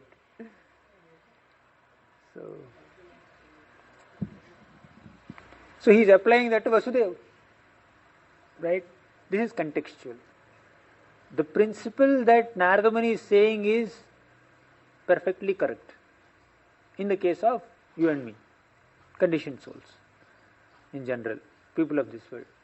But in Vasudeva's case, it is little different. Vasudeva's case is not one of familiarity breeds contempt, although it could be presented that way in this context. But he is in Vatsalya mode. He could not get into Aishwarya mode right now, but sometimes he gets into Aishwarya mode also, right? So, and he gets into Aishwarya mode in the next chapter, too much into Aishwarya mode, that way. So 31st verse, Krishna Chakravarti Thakur says, indeed Vasudeva knew that Krishna was Lord from very beginning. I think I mentioned all this. Okay. So one may tend to forget or ignore a person's greatness by being so close to him. That's the whole theme. 32. Yasyanubhutihi kalena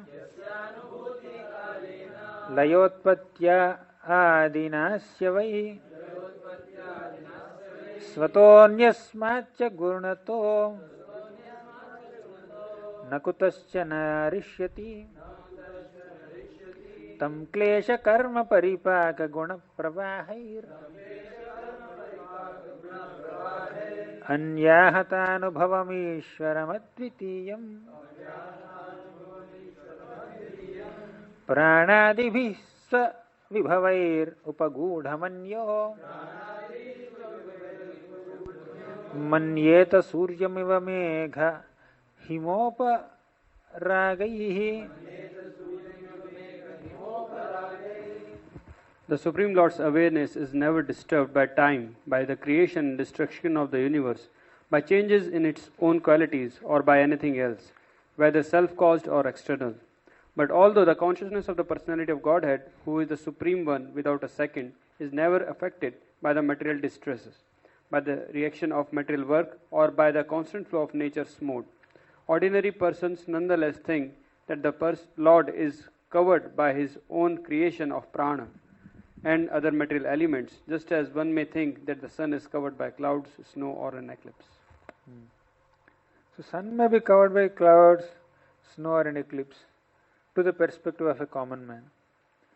But Krishna's consciousness, Krishna's awareness, nothing can be covered.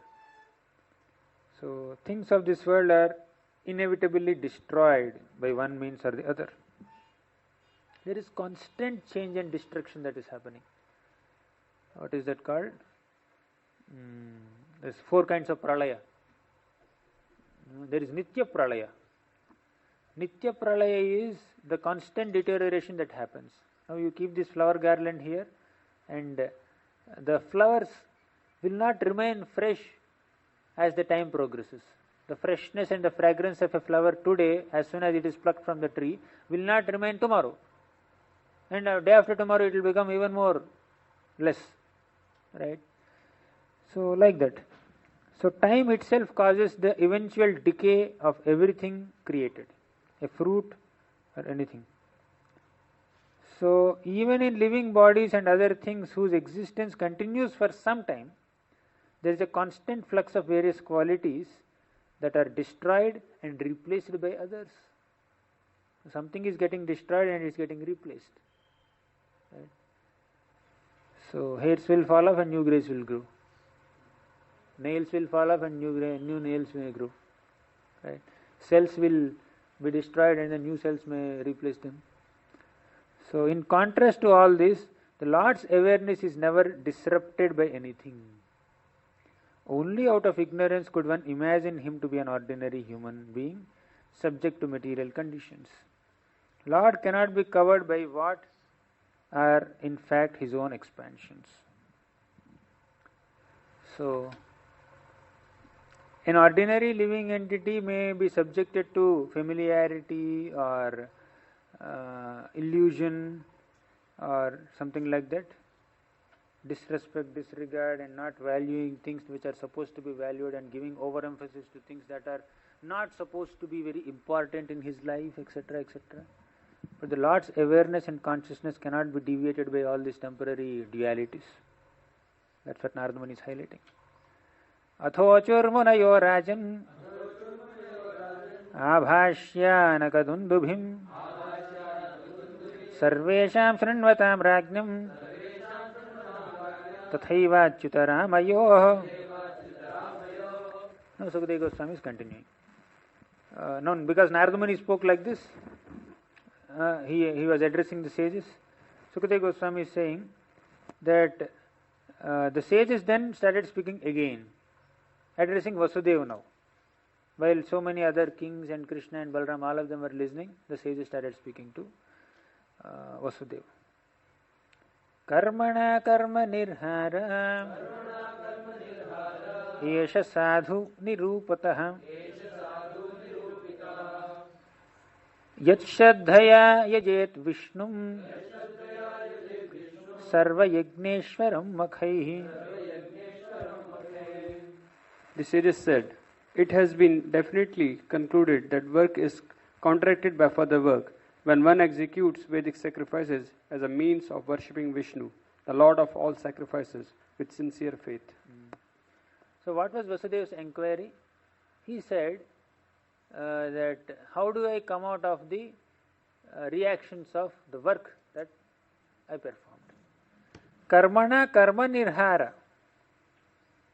Karma is the activity that is done. Next karma is the reactions of those activities. Nirhara is the counteraction of those reactions. Karmana karma nirhara means activity and counteraction of the reaction of that activity. So, esha sadhu nirupitaha. So this has been definitively concluded by sadhus. Right? That shraddhaya yajet vishnum. So how to counteract that? How to counteract the reactions or the what is it called? The work is counteracted by further work when one yajet Vishnum, when one does sacrifice towards Vishnu. Right? When one executes Vedic sacrifices that are meant for worshipping Vishnu. What they are saying is Yajnarthat karmanonyatra lokoyam karma bandhanaha. 3.9 Bhagavad Gita. Tadartham karma kaunteya mukta sangha samacharaha. If one performs a work as a sacrifice, as an offering to Vishnu, then one can counteract one's work, or one is not entangled by that work. Otherwise, he is entangled by that work. Okay, same thing they are saying. And one should also have sincere faith. So counteracting work is possible by offering that work to Krishna. 35. Okay, 36. Chittasyopashamo yam vai kavibhihi shastrachakshusha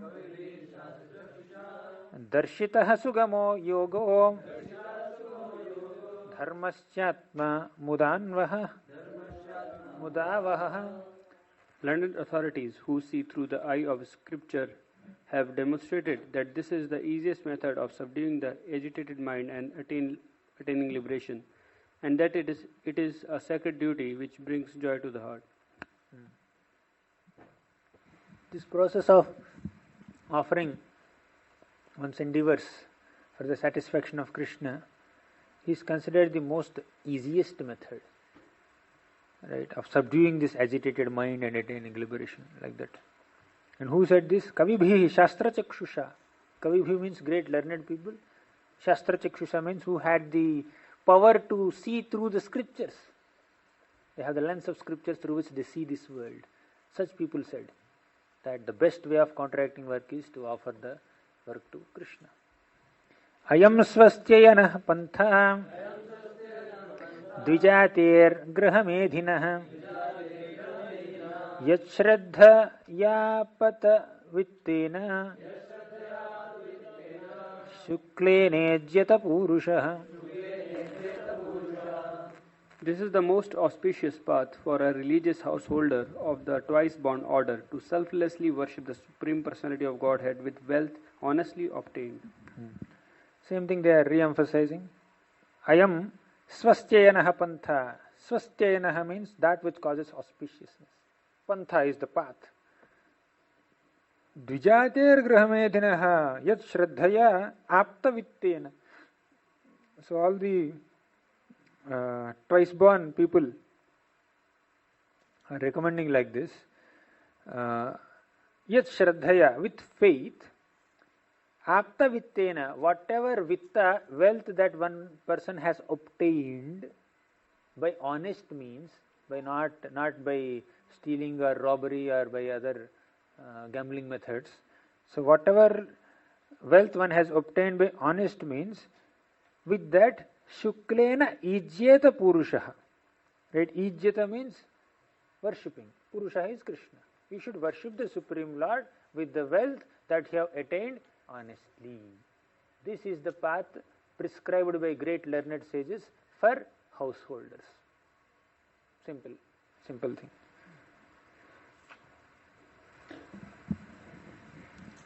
Now, the ritual karma of Vedic sacrifices is particularly meant for attached householders.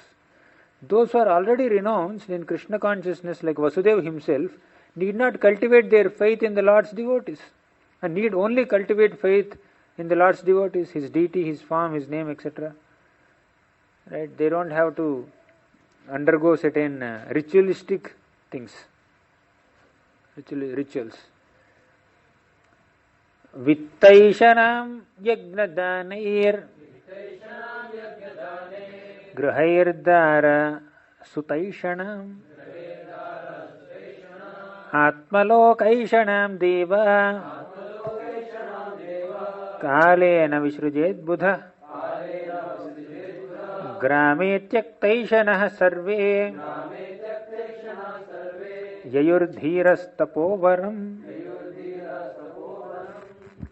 An intelligent person should learn to renounce his desire for wealth by performing sacrifices and acts of charity. He should learn to renounce his desire for wife and children by experiencing family life. And he should learn to renounce his desire for promotion to a higher planet in his next life, O saintly Vasudev, by studying the effects of time. Self-controlled sages who have thus renounced their attachment to household life go to forests to perform austerities. So, the process of renunciation is described in this verse. The sages are telling Vasudeva that one should renounce desires for wealth in this way. Vittaishanam yajnadanir. Vitta. Vitta is wealth. Yeshanam. So for those who are desiring wealth, how to renounce that desire? By yajna and dana, by performing sacrifices and giving charity. Yajna and dana. The desire for wealth should be engaged in this way. Second, grahair dara sataishanam. He should renounce his desire for wife and children by experiencing the family life. So whatever excitement one has before marriage, before entering into a relationship with the opposite sex, and before becoming the father or mother of some girl or boy, and the happiness or the pleasure of raising them, all that excitement will be mellowed down, right? Once he actually gets into the experience. Oh, I thought it's exciting, but Not that exciting. Forget about exciting, it's exhausting. Some people may think like that. But once you enter, once you commit, you can't come out. It's a lifelong commitment. You need to continue. That's responsibility. So continue the responsibility, and by doing so, one will be detached. Some people will listen the experiences as described by Kapila Dev and Rishabhadev and Krishna and stay away. Some people will want to get the experience themselves and enter it, experience it, and then they get detached. Right? Both are bona fide ways. Which way you want, you decide. Right?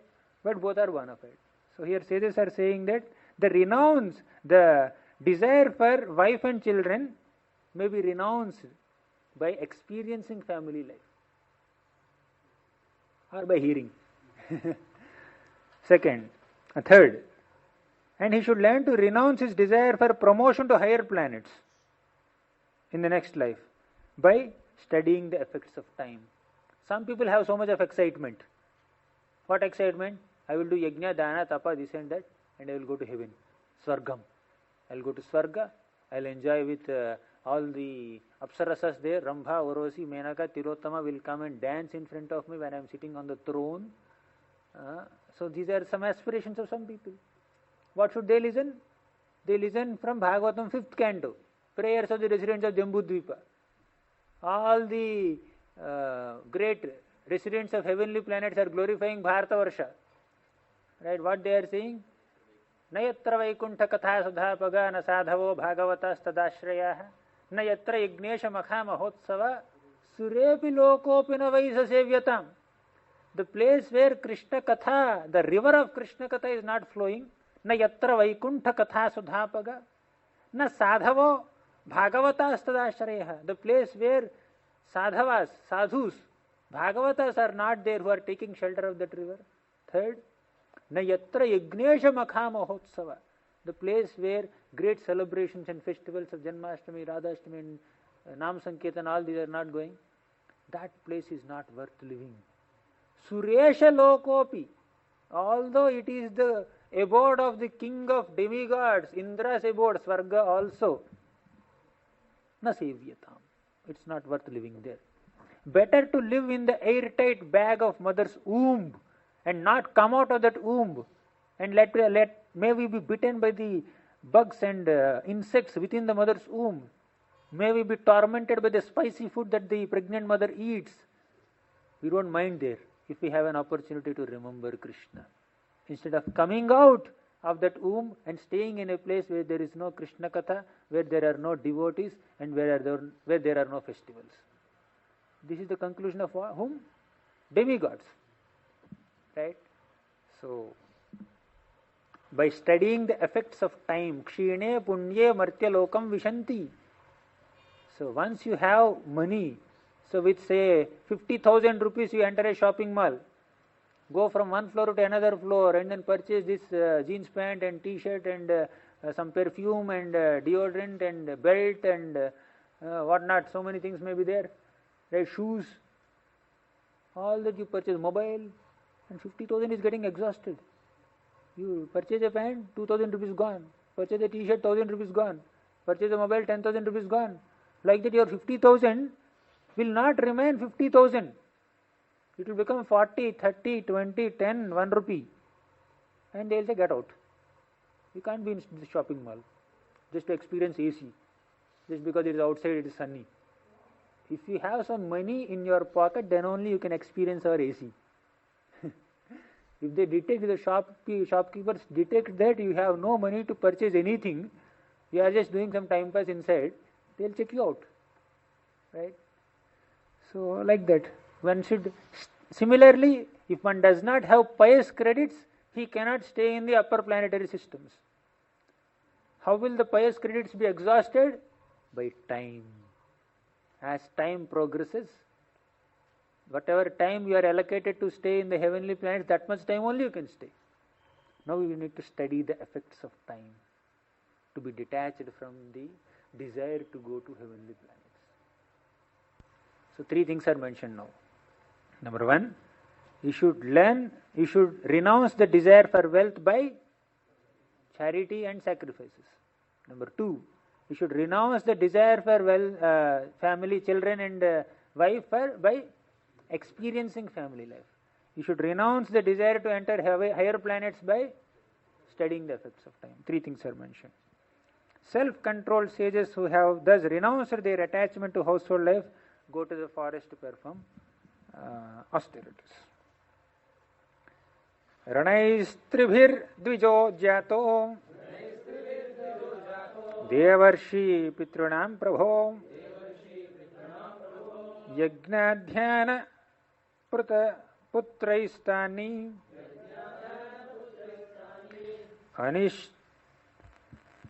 अनिस्त्रीत्य त्रयन् प्रयेत्.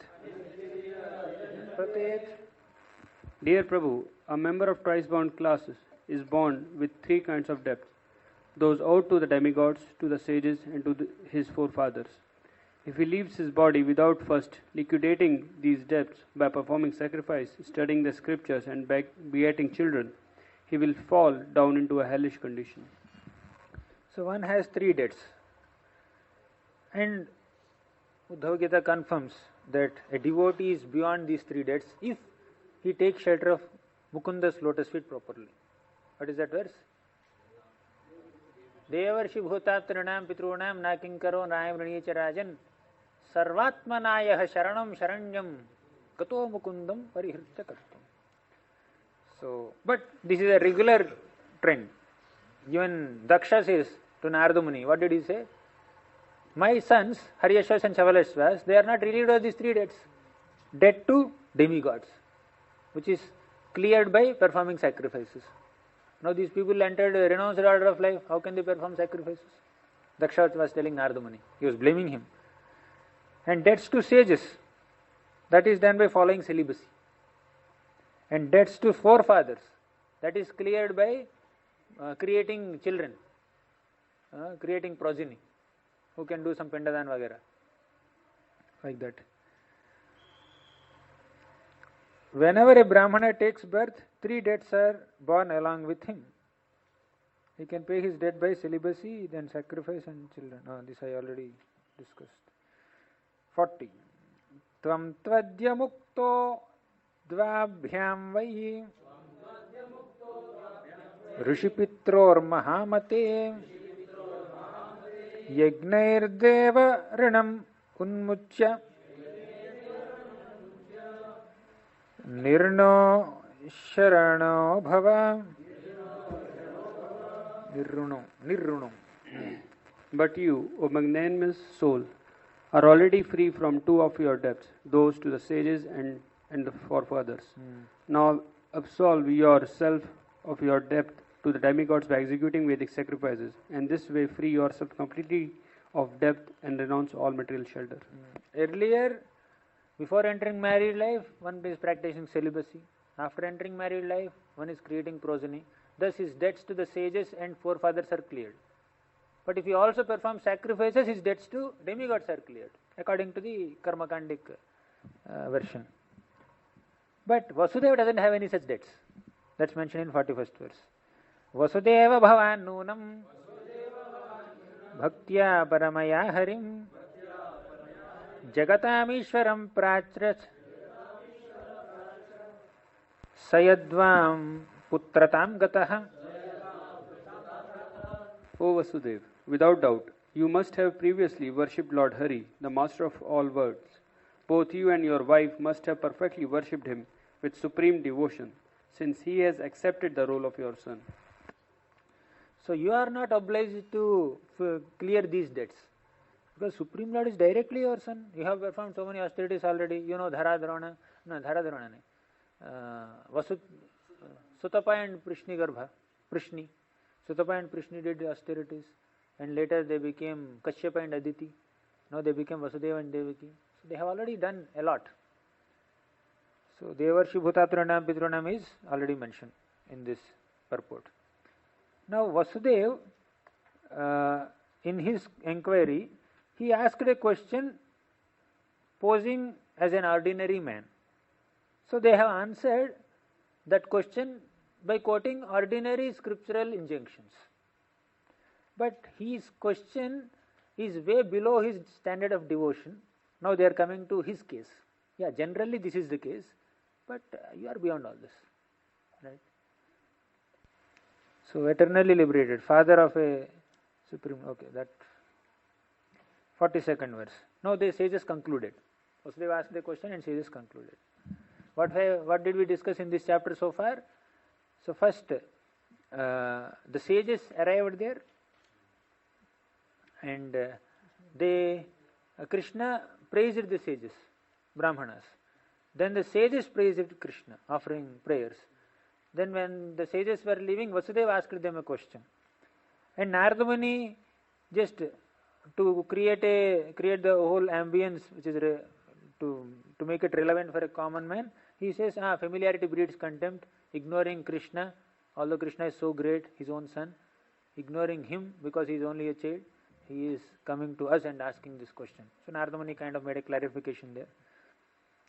But in that clarification there is a glorification of Vasudeva. He is beyond this. Then the sages started answering the question of Vasudeva. They said that these are the regular protocols according to Shastric injunctions, but you are beyond all this.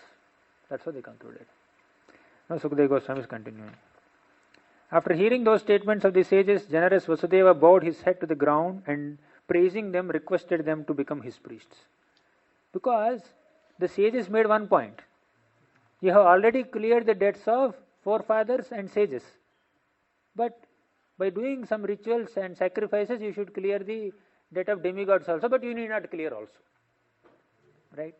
Although I need not clear, I will clear. That is Vasudeva's attitude. Devotee is not obliged to do something, but still he will do it as a matter of fact. Just to set an example for outside people.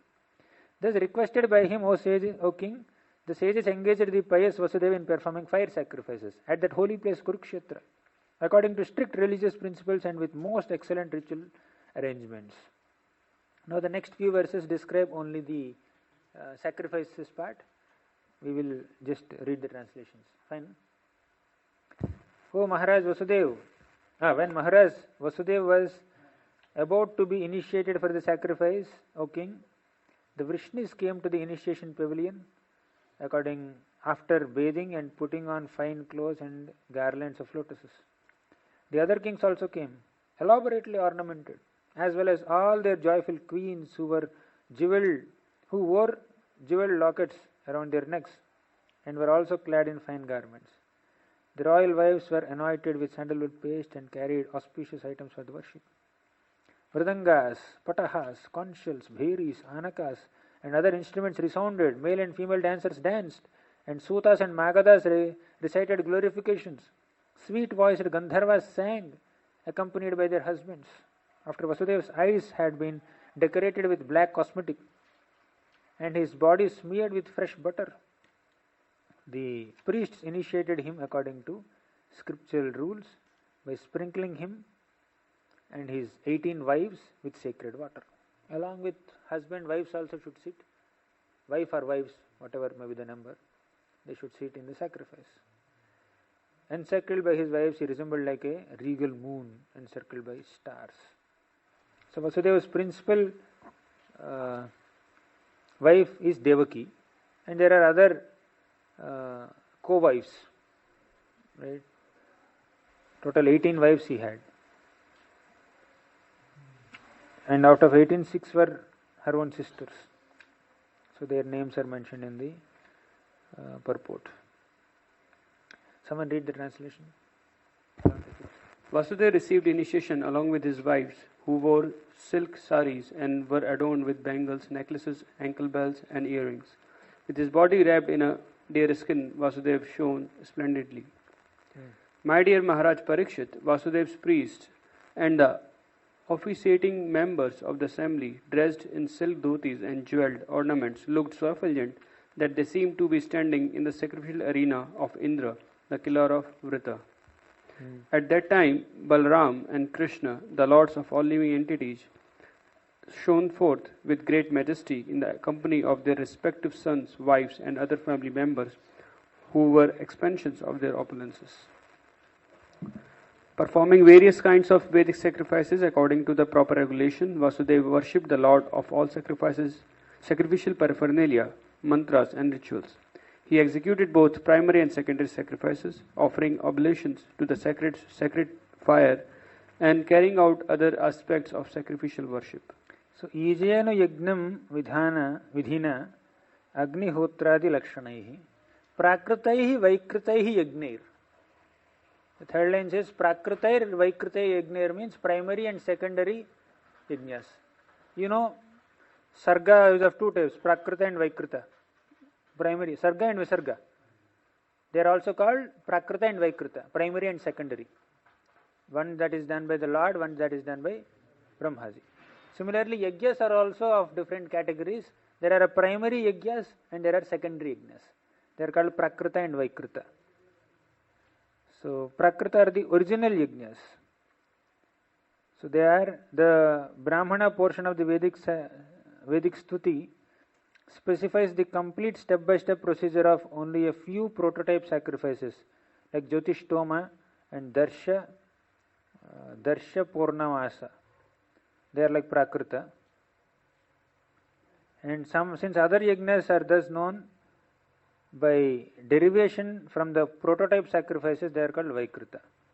So we don't know so many details of what are the sacrifices and all, because we are into Sankirtan Yajna. But in the Vedic sacrifices there are primary and secondary also. Read the 52nd verse. Then at the appropriate time and according to scripture, Vasudeva remunerated the priest by decorating them with precious ornaments, though they were already richly adorned, and offering them valuable gifts of cows, land, and marriageable girls. After supervising the Patni Samagya and Avarbrite rituals, the great Brahmana sages bathed in Lord Parshurama's lake with the sponsor of the sacrifice, Vasudeva, who led them. His sacred bath complete, Vasudeva joined with his wives in giving the jewelry and clothes they had been wearing to the professional reciters. Vasudeva then put on new garments, and after which he honored all classes of people by feeding everyone, even the dogs. With opulent gift, he honored his relatives, including all their wives and children, the royalty of the Vidarbha, Koshala, Kuru, Kashi, Kekai, and Srinjaya kingdoms, the officiating members of the assembly, and also the priest, witnessing demigods, humans, spirits, forefathers, and charnas. Then, taking permission from Lord Krishna, the shelter of the goddess of fortune, the various guests departed as they all chanted the glories of Vasudeva's sacrifices. The Yadu were all embraced by their friends, close family members, and other relatives, including Dhritarashtra and his younger brother Vidura, Pritha, and her sons Bhishma, Drona, the twin Nakul and Sadev, Narada, and Vedvyas, the personality of Godhead. Their heart melting with affection, these and the other guests left for their kingdoms, their progress slowed by the pain of separation. So this is how sacrifice was concluded and people started departing slowly. Now, from now onwards, the rest of the chapter is describing the separation scene. So after such a long time, Vrajavasis and Krishna, now Vrajavasis and Dwarkavasis, they are together at Kurukshetra. And now the whole question of separation between Krishna and Vrajavasis again is coming. So how was this separation possible? What made Nanda Maharaj and Yashoda Mai and all the gopis and other residents of Vrindavan go from Kurukshetra back to their village, leaving Krishna? Right? Certainly they could not appreciate Krishna and his whole attire at Kurukshetra, that was sure. But still, how could they leave Krishna? They should pull Krishna and they should go back to Vrindavan, because that is the force of their love. So what made them go without Krishna, quote unquote without Krishna? They cannot go without Krishna, and Krishna cannot send them without accompanying them also. What is the exact scene? We will discuss now. Nandastu saha gopalair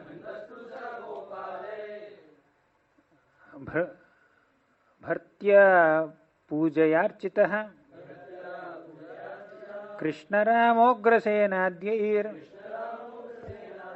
न्यवास्तासीद्बन्धुवत्सलः न्यवात्सीत्. Nanda Maharaj showed his affection for his relatives, the Yadus, by remaining with them a little longer, together with his cowherds. During his stay, Krishna Balram, Ugrasen, and the other honored with him with especially opulent worship. So Nanda Maharaj was showing his affection to the relatives, and although many people were departing, he stayed for a little longer.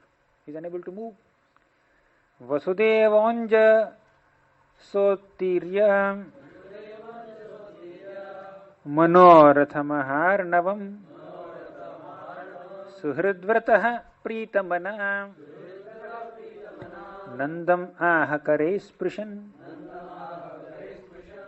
Having so easily crossed over the vast ocean of his ambition, Vasudeva felt fully satisfied.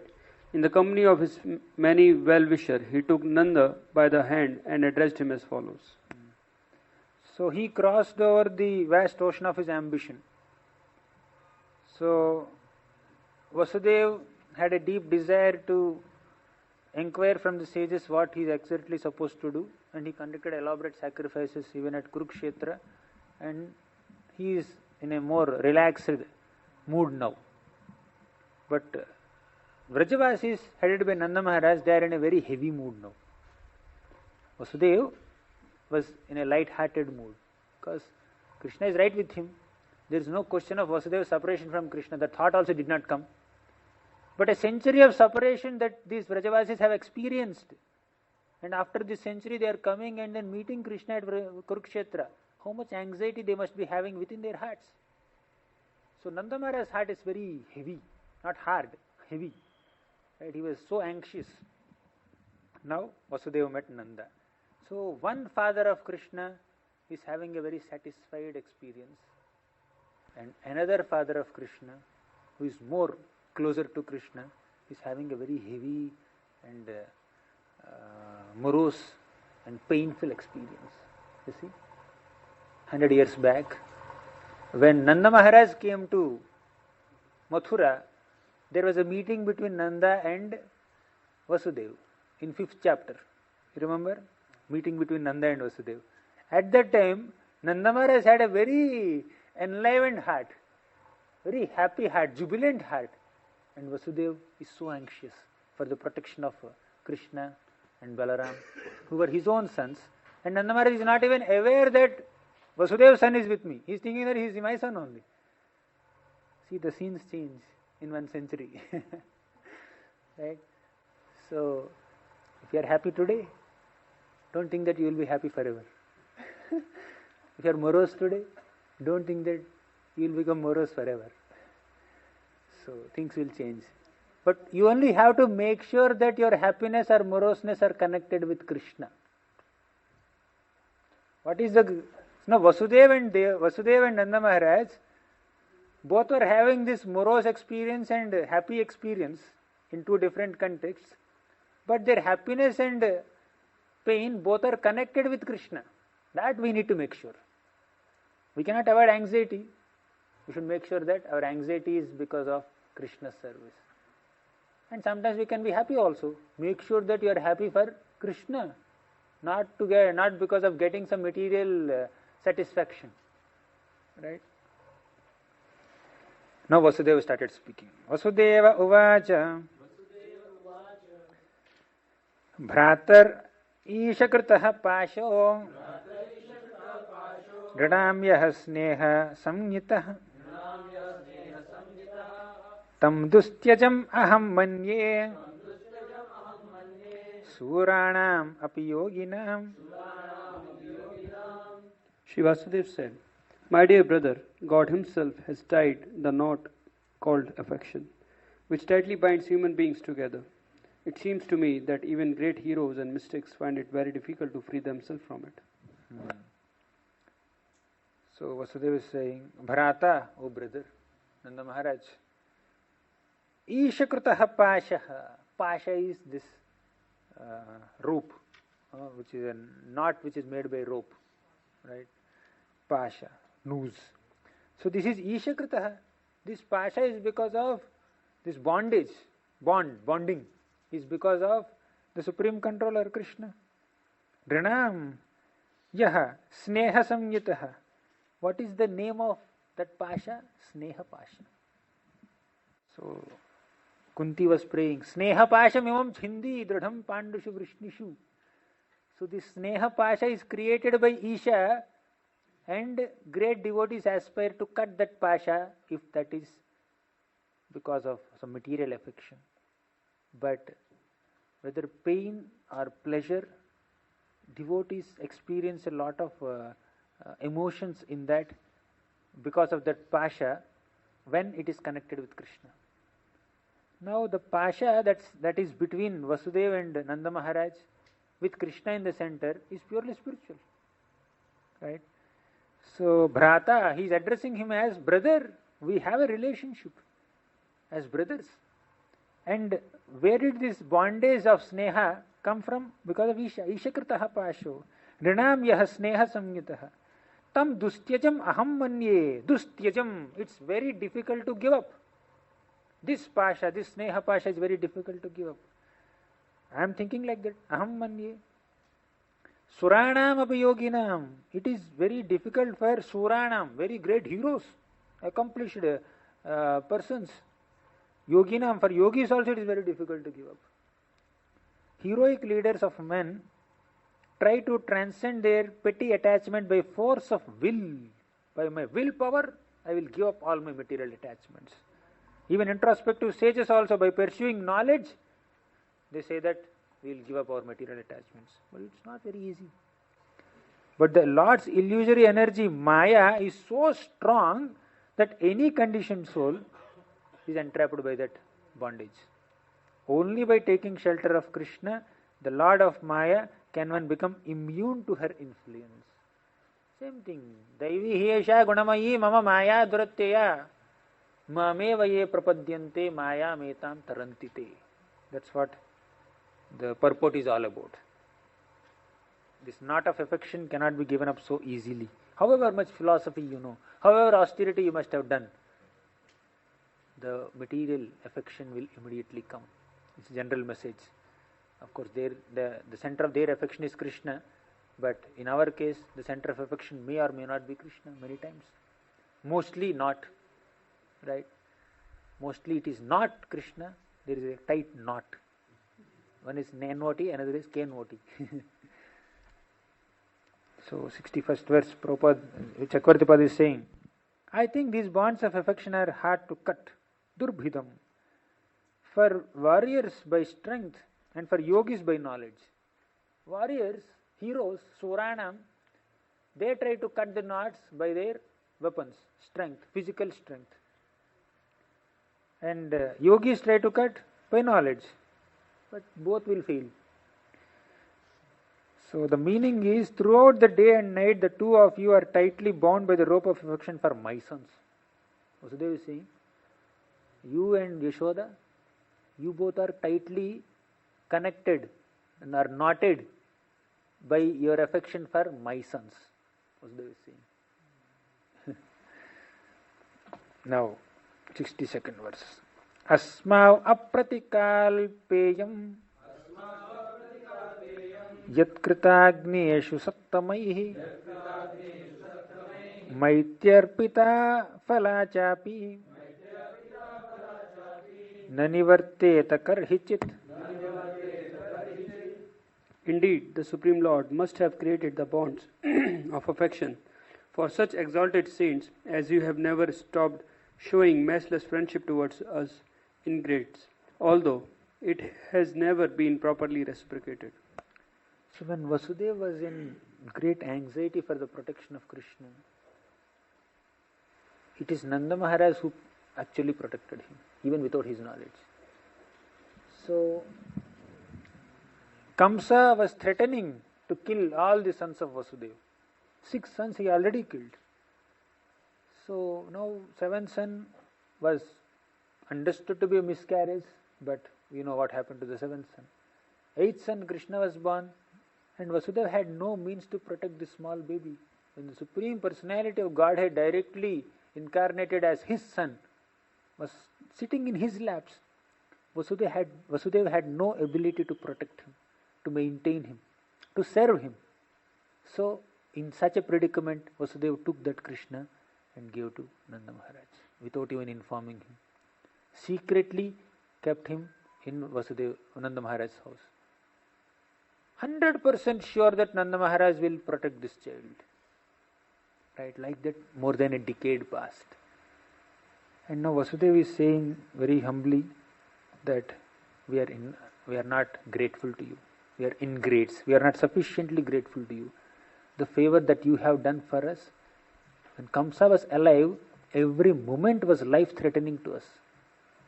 So in such a predicament, you have protected my children. Thus you have protected us. And we never sufficiently reciprocated with the favor that you have done.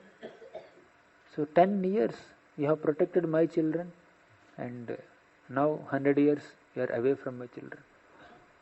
Because you protected my children, you have developed a deep bondage with my children. And now we never sufficiently reciprocated with that affection and protection that you have offered them. So the whole life, the whole game of life is very intriguing and bewildering and surprising and heart-rending. Even in the case of Krishna's parents, he had two sets of parents, right? What all exchanges they were having. Prag akalpacha kushalam भ्रातर वो नाचरामहि अधुना श्रीमदान्धाक्ष न पश्यामः पुरः सतः. Previously, dear brother, we did nothing to benefit you because we were unable to. Yet, even now that you are present before us, our eyes are so blinded by the intoxication of material good fortune that we continue to ignore you. So earlier, Vasudeva received a lot of favor from Nanda Maharaj, and so many demons, because Krishna was there, because Vasudeva's son was there in Gokul, so many demons were coming and attacking Gokul. You see, Krishna was sent by Vasudeva. Krishna was personally placed in Nanda Maharaj's house by Vasudeva. Along with that presence of Krishna, there are so many demons who were trying to attack the village of Gokul. So what Vasudeva has done is, he disturbed the peace of Vrindavan. Literally, he disturbed the peaceful ambience of Vrindavan. Before Krishna entered, there was no demon. So all the hatred and envy, that anger that Kamsa had towards Vasudeva and Devaki and their own children was transferred, the whole brunt was transferred towards Gokul and Nanda Maharaj and Yashoda Mai. Right? So the favor that Nanda and Yashoda have done for Vasudeva and Devaki is unimaginable. They have accepted Krishna, they have maintained Krishna, they protected Krishna, they have taken so much of daily anxiety for Krishna. And the whole village was tormented by so many demons that Kamsa was sending. Right? Although you have, and we could not do anything. So we have given you trouble in the form of Krishna, and we could not protect you from any of those troubles. Demons were coming. All that Vasudeva could do is only one thing: to give a warning to Nanda Maharaj that there could be some disturbance in Gokul, you should go back after paying taxes. That's the only suggestion Vasudeva gave. Apart from that, you don't find any record where Vasudeva was trying to send some soldiers for the protection of Vrindavan, or trying to arrange something else. And he also had sent Gargamuni for naming ceremony. All this is to protect the interest of his own son. Right? But because his son was there in Vrindavan, how much Vrindavan Vasis were undergoing, Vasudeva and Devaki could not do anything about it. And Vasudeva's not doing anything was justified because he himself was held captive by Kamsa and his men. So Kamsa could, because of Kamsa they could not do anything. But even after Kamsa died, you have made my son grown up and so powerful and so strong that he came and killed Kamsa, and now he shifted to Mathura and later to Dwarka, and then also we could not do anything to you. So Vasudev's heart, these are Vasudev's heartfelt words coming from his heart. He's so honest, he's so humble, he's accepting so much blame on him, right? And basically Nanda Maharaj and all the Brajavasis, all the Vasudeva is saying so many things, they are not so much bothered about that things. Where is Krishna? When will we get Krishna? That's their only question. Their hearts were overwhelmed with Krishna. Right? Now Chakravartipad says in the 63rd purport, previously because of being imprisoned by Kamsa, I did nothing to help you. Now even though Kamsa had been killed and I am free, still due to intoxication of wealth I continued to ignore you. So Vasudeva is saying this out of his own humility. Because of my intoxication of wealth I could not do anything for you. Adhuna Sri Madandhaksha. Sri Mada means intoxication. Because of Sri, wealth. I have attained a lot of wealth. I have become the king. Right? Na pashyamaha purahasataha. I could not see you. Next. Marajya shrir abhut pumsaha. Shreyaskamasya manada. Swajanan uta bandhunva. Na pashyati yadandhaktrik. O most respectful one, may a person who wants the highest benefit in life never gain kingly opulence, for it leaves him blind to the needs of his own family and friends. So he says, because of Srimadandhaksha, because of the intoxication of wealth and material opulence, I ignored you. So may a person not get such kind of opulence that blinds one's eyes so much so that he ignores his own near and dear ones who have done lot of favor to them. Right? So when you receive some favor from someone and later because you are in a good situation you ignore that person only, that very same person, then that's a very bad thing, right, to be done. So I have done it, Vasudeva is saying. So may any person not get such wealth, kingly opulence. So for it leaves him blind to the needs of his own family and friends. It is of course out of deep humility that Vasudeva is berating himself. But his condemnation of opulence in general is valid. It's a very important point to note. Vasudeva's condemnation of opulence, material opulence, is perfectly valid, but you cannot apply that literally to Vasudeva. Earlier in this canto, Naradamuni delivered a stinging criticism of Nalakvara and Manigriva. So he was also saying, Nahi anyo jashato doshyan buddhi brahmsho rajogunaha srimadad abhijatyadir yatra strijutam asavaha. What is the most degrading material phenomena for a conditioned soul? Wealth. Although he does not have beauty, he does not have education, although he is not very powerful, because he has wealth, he can purchase all this. He has no strength, he will employ some gundas. He has money. He has no beauty, then still no problem. He can purchase whatever he wants because he has wealth. Right? So that point is highlighted here. 64th purport, Chakravartipad says, a person should not obtain wealth and kingdom. Submerging Nanda in the ocean of supreme humility by his praises, Vasudeva also became submerged in humility as indicated by these words. Now Sukadeva Goswami is continuing. His heart softened by feelings of intimate sympathy. Vasudeva wept.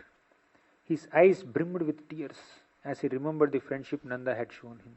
Evam sauhurda saithilya chitta anakadundubhi ruroda tatkritam maitrim smaran asu vilochanaha. He is shedding tears. Nandastu sakhyuhu priyakrit premna govinda ramayoh adyasva iti vasam strin yadubhirmanito vasat. And on his part, Nanda was also full of affection for his friend Vasudev. Thus, during the following days, Nanda would repeatedly announce, I will be leaving later today, and I will be leaving tomorrow.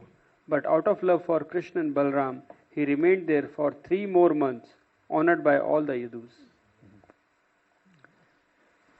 So, generally, to stay at someone else's place is considered very, not very not very respectful for one's own self, right? So, an uninvited guest is not treated properly.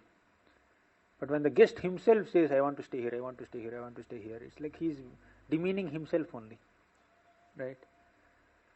But Nanda Maharaj, that is not a consideration. How these people are treating me if I stay such a long time.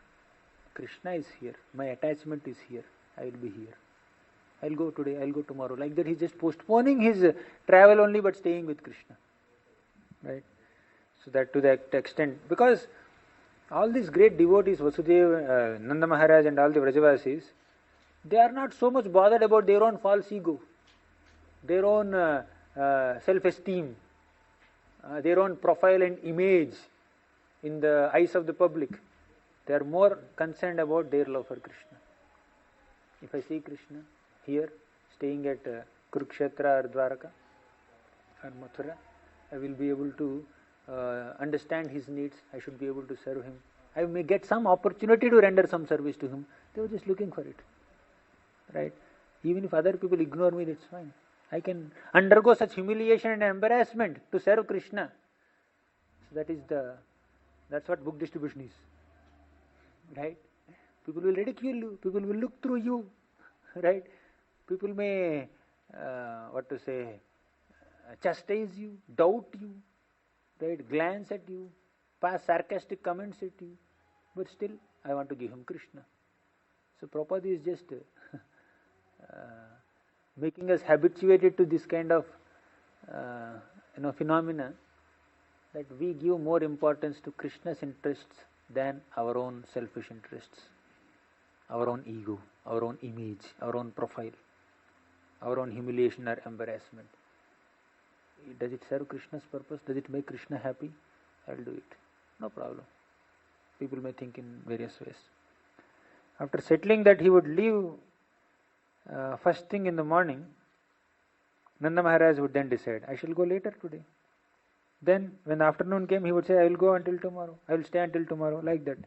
Nanda secretly intended to bring Krishna back with him to Vraja, but did not want to break Vasudeva's heart also.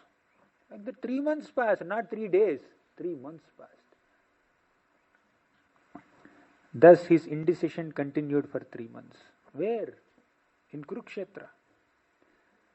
Vasudevograsenabhyam Krishnodhava baladibhi Dattam adaya paribarham yapito yadubhiryayau. Then after Vasudev, Ugrasen, 67 we skipped. Tataha kamair puryamanaha savrajaha sahabandhava parardhyabharana kshauma nananarghya parichadaihi. Then after Vasudev, Ugrasen, Krishna, Uddhava, Balram and other had fulfilled his desire and presented him with precious ornaments, fine linen and varieties of priceless household furnishings, Nand Maharaj accepted all these gifts and took his leave. Seen off by all the Yadus, he departed with his family members and the residents of Vraja. This is surprising. 3 months he was postponing his travel. Now, at the end, Vasudeva, Ugrasena, Krishna, Balram, Uddhava and all these people, gave him so many presentations. What are the presentations? Ornaments, cloth, then household furnishings, all this. And what did Sukadeva Goswami say? Nanda Maharaj accepted all these gifts and took his leave. Seen off by all the Yadus, he departed with his family members and other Vrajavasis. So apparently a person may misunderstand that Nanda Maharaj accepted some material gifts and then left. He is coming from a village and these are all sophisticated city dwellers, and he got some very valuable presentations from him and then he went. That did not pacify him. What exactly pacified them? Purport says. That's why you should not be satisfied only by the verses. Read the purports. Vishnu Chakravarti Thakur writes an elaborate commentary. So Nanda Maharaj approached Krishna and told him, my dear son, for one drop of perspiration from your divine face, I am ready to give up countless lives. So, countless lives of my own self is nothing in front of protecting Krishna from perspiring once. One drop of perspiration. I can't even tolerate that Krishna is laboring like that. To that extent they love Krishna. It is not a very poetic way of expression. There are no words to express their devotion and love for Krishna. So this just gives a very vague understanding of how much they love Krishna. If at all we can appreciate even this example. He says, let us leave now for Vraja. I cannot spend any more time here. Their whole mood heart is in Vrindavan. How can they relish Krishna's appearance and Krishna's attire in Kurukshetra? They can't handle it. But why are they living in Kurukshetra seeing Krishna? Hoping that let us take Krishna away. This is the heart's longing of every single Vrajavasi who came to Kurukshetra to take Krishna back to Vrindavan.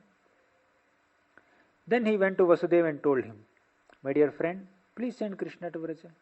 Then he told Ugrasena, please order my friend to do this. If you refuse, I will have to drown myself here in Lord Parshuram's lake. Just watch, if you do not believe me. We people of Vraja come to this holy place not to gain some piety on the occasion of solar eclipse, but to get Krishna back or die. Although so many kings came to that Shamanta Panchaka, to that Kurukshetra, to gain pious credits, but Vrajavasis had a totally different conception only. What we will do with piety? We want to see Krishna there, we want to bring Krishna back to Vrindavan. That's the only purpose. And if we can't get Krishna back to Vrindavan, we will die at Kurukshetra only. With that intention they came, they made up their minds. And Nanda Maharaj is not speaking on his behalf only. He is speaking on behalf of entire cowhead community. Such a unity of hearts they have. One Nanda Maharaj is sufficient to represent the entire village of Vrindavan to such an extent that we can die if Krishna doesn't come to us. Right? To that extent they love Krishna.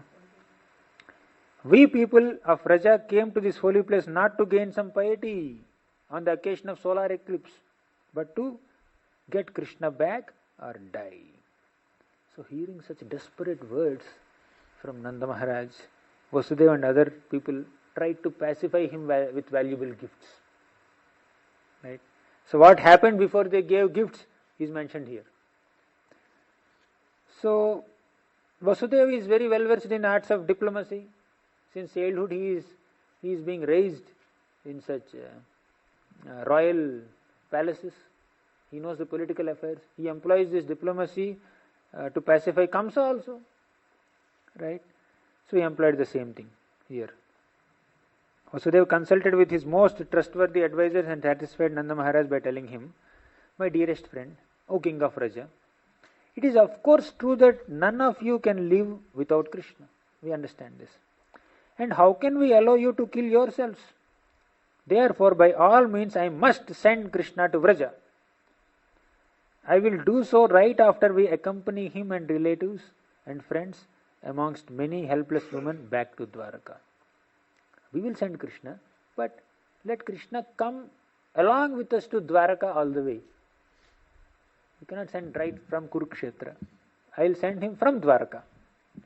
These are ways of postponing and employing diplomacy and pacifying and consoling the affected party.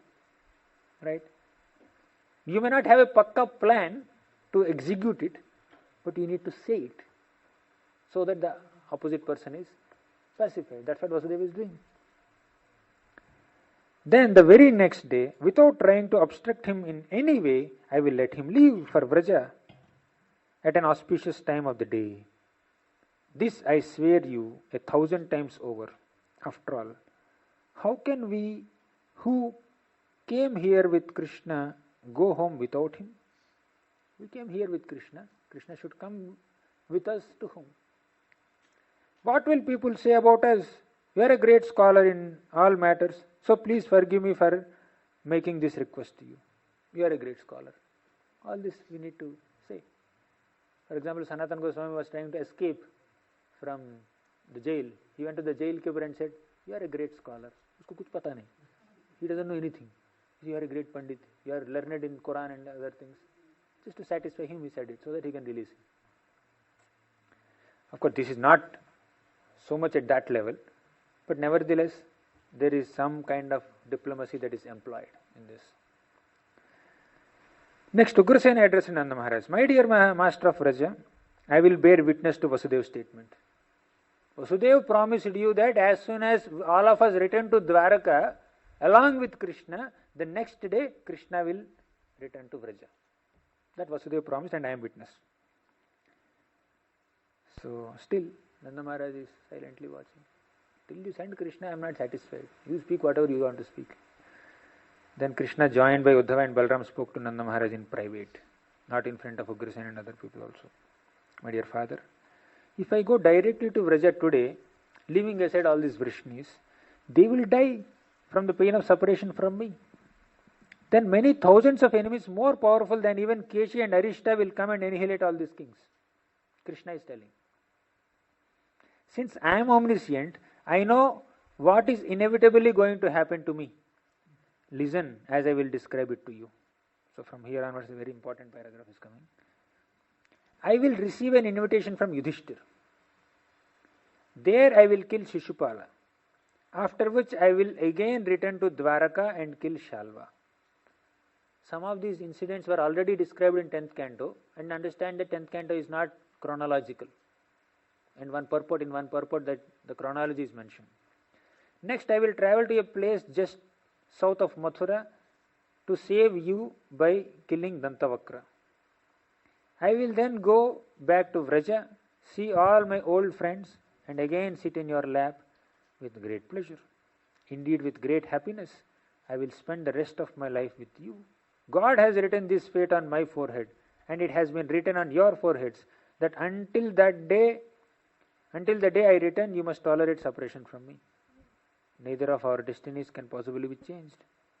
So, please find the courage to leave me here for now and go home to Vraja. And this also did not satisfy. The whole master plan of the future events of Krishna, that also did not satisfy Nanda Maharaj. What satisfied him? See here. And if in the meantime you, my dear parents, and you, my beloved friends, are distressed by the unavoidable fate written on our foreheads, then whenever you wish to feed me some delicacy, or play some game with me, or simply see me just close to your eyes, I will appear before you to turn your torment into sky flowers and fulfill all your desires. I will personally be present in front of you physically whenever you want me to. Only that promise could pacify Nanda Maharaj and other Vrajavasis, so that they agreed to go back to Vraja without taking Krishna. I promise you this, and the young friends of mine whose lives I saved in a forest fire. In a forest fire can vouch for it. Convinced by all these arguments that his son's happiness was of prime importance, Nanda accepted the gifts offered to him and left. So, the gifts offered by Ugrasena and Vasudeva and Krishna, Balram, etc., they did not pacify Nanda Maharaj, and they did not make him go from Kurukshetra to Vrindavan. But what exactly made him go is Krishna's personal promise that he will be personally present whenever they want him to. whenever they want to feed him or play with him. Okay. So this explanation had been given based on two words. Kamaihi puryamanaihi. Kamaihi is desirable objects, puryamanaihi is satiated. Otherwise these words would make no sense unless there was such an explanation of Nanda being completely satisfied. For Nanda and Yashoda, who could not believe at all that Krishna was the son of Vasudeva and Devaki, they did not believe only. He's our son. Who are they coming in the middle and then claiming that Krishna is my son? So you are going in this path and someone will come with a take diversion board. Ye road mein jao, ye road nahi, ye block ho gaya. So who are they coming with the take diversion board? Krishna is our son. They could not even believe. For such people, how can this furniture and other gifts and ornaments and cloth will satisfy and make them go back to Vrindavan? So we have discussed elaborately how much they love Krishna in when Uddhava came. Uddhava came to Vrindavan, right? 47th chapter, Brahmar Gita. So at that time we discussed. For Nanda and Yashoda, who could not even believe that Krishna was the son of Vasudeva and Devaki, even if testified by Brahmaji or his sons and daughters, and for who all material wealth and ornaments were considered trifling in comparison to just the remembrance of the treasure of happiness attained by touching the back of their finger to Krishna's chin, how would it be possible to satisfy them with millions of silks and valuable furnishings given by Vasudeva? Such a long statement. Back of their finger to Krishna's chin. In front of this happiness, even if Brahma comes and testifies that he is son of Vasudeva and Devaki, this happiness is sufficient for us. Right? We are aspiring for this happiness. Don't tell us so many things. Right? For argument's sake, even if they were satisfied or could be satisfied, the text also mentions that not only Nanda and his wife, but all the inhabitants of Vraja, including Gopas and Gopis and all his friends, were satisfied. If one were to make the bold supposition that Krishna's mother and father and also all his beloved Gopas and Gopis were satisfied simply by getting valuable ornaments, cloth and jewels, and then went back to Vraja, we would be left with the conclusion that the prema of all Vrajavasis must have disappeared. If we have to accept this 68th verse and 67th verse literally as it is presented in Bhagavatam, we are accepting that Vrajavasis do not love Krishna, simply. If you accept, based on your understanding of Bhagavatam so far, that Vrajavasis love Krishna more than they love themselves, then we cannot take this verse literally. We need to depend on this purport. We should consider this matter in light of Bhakti Rasamrita Sindhu, which states that one characteristic of prema is ananya mamata, the unflinching sense of possessiveness towards one's beloved, wherein one is completely apathetic to other objects. What ornaments you will give us? We are living in Chintamani Dham. They are not even comparing that. We want Krishna back. You give entire Dwarka. Ornaments, you just give entire Dwarka. Lift the Kushasthali Dweep and establish it in Vrindavan. It doesn't make any sense to us. Send Krishna back to us. That's what they want. They have such a stubbornness and strong opinion based on their love and affection for Krishna. You cannot negotiate with Vrajavasis. Right? Krishna cannot negotiate. What will Vasudeva and Ugrasena negotiate?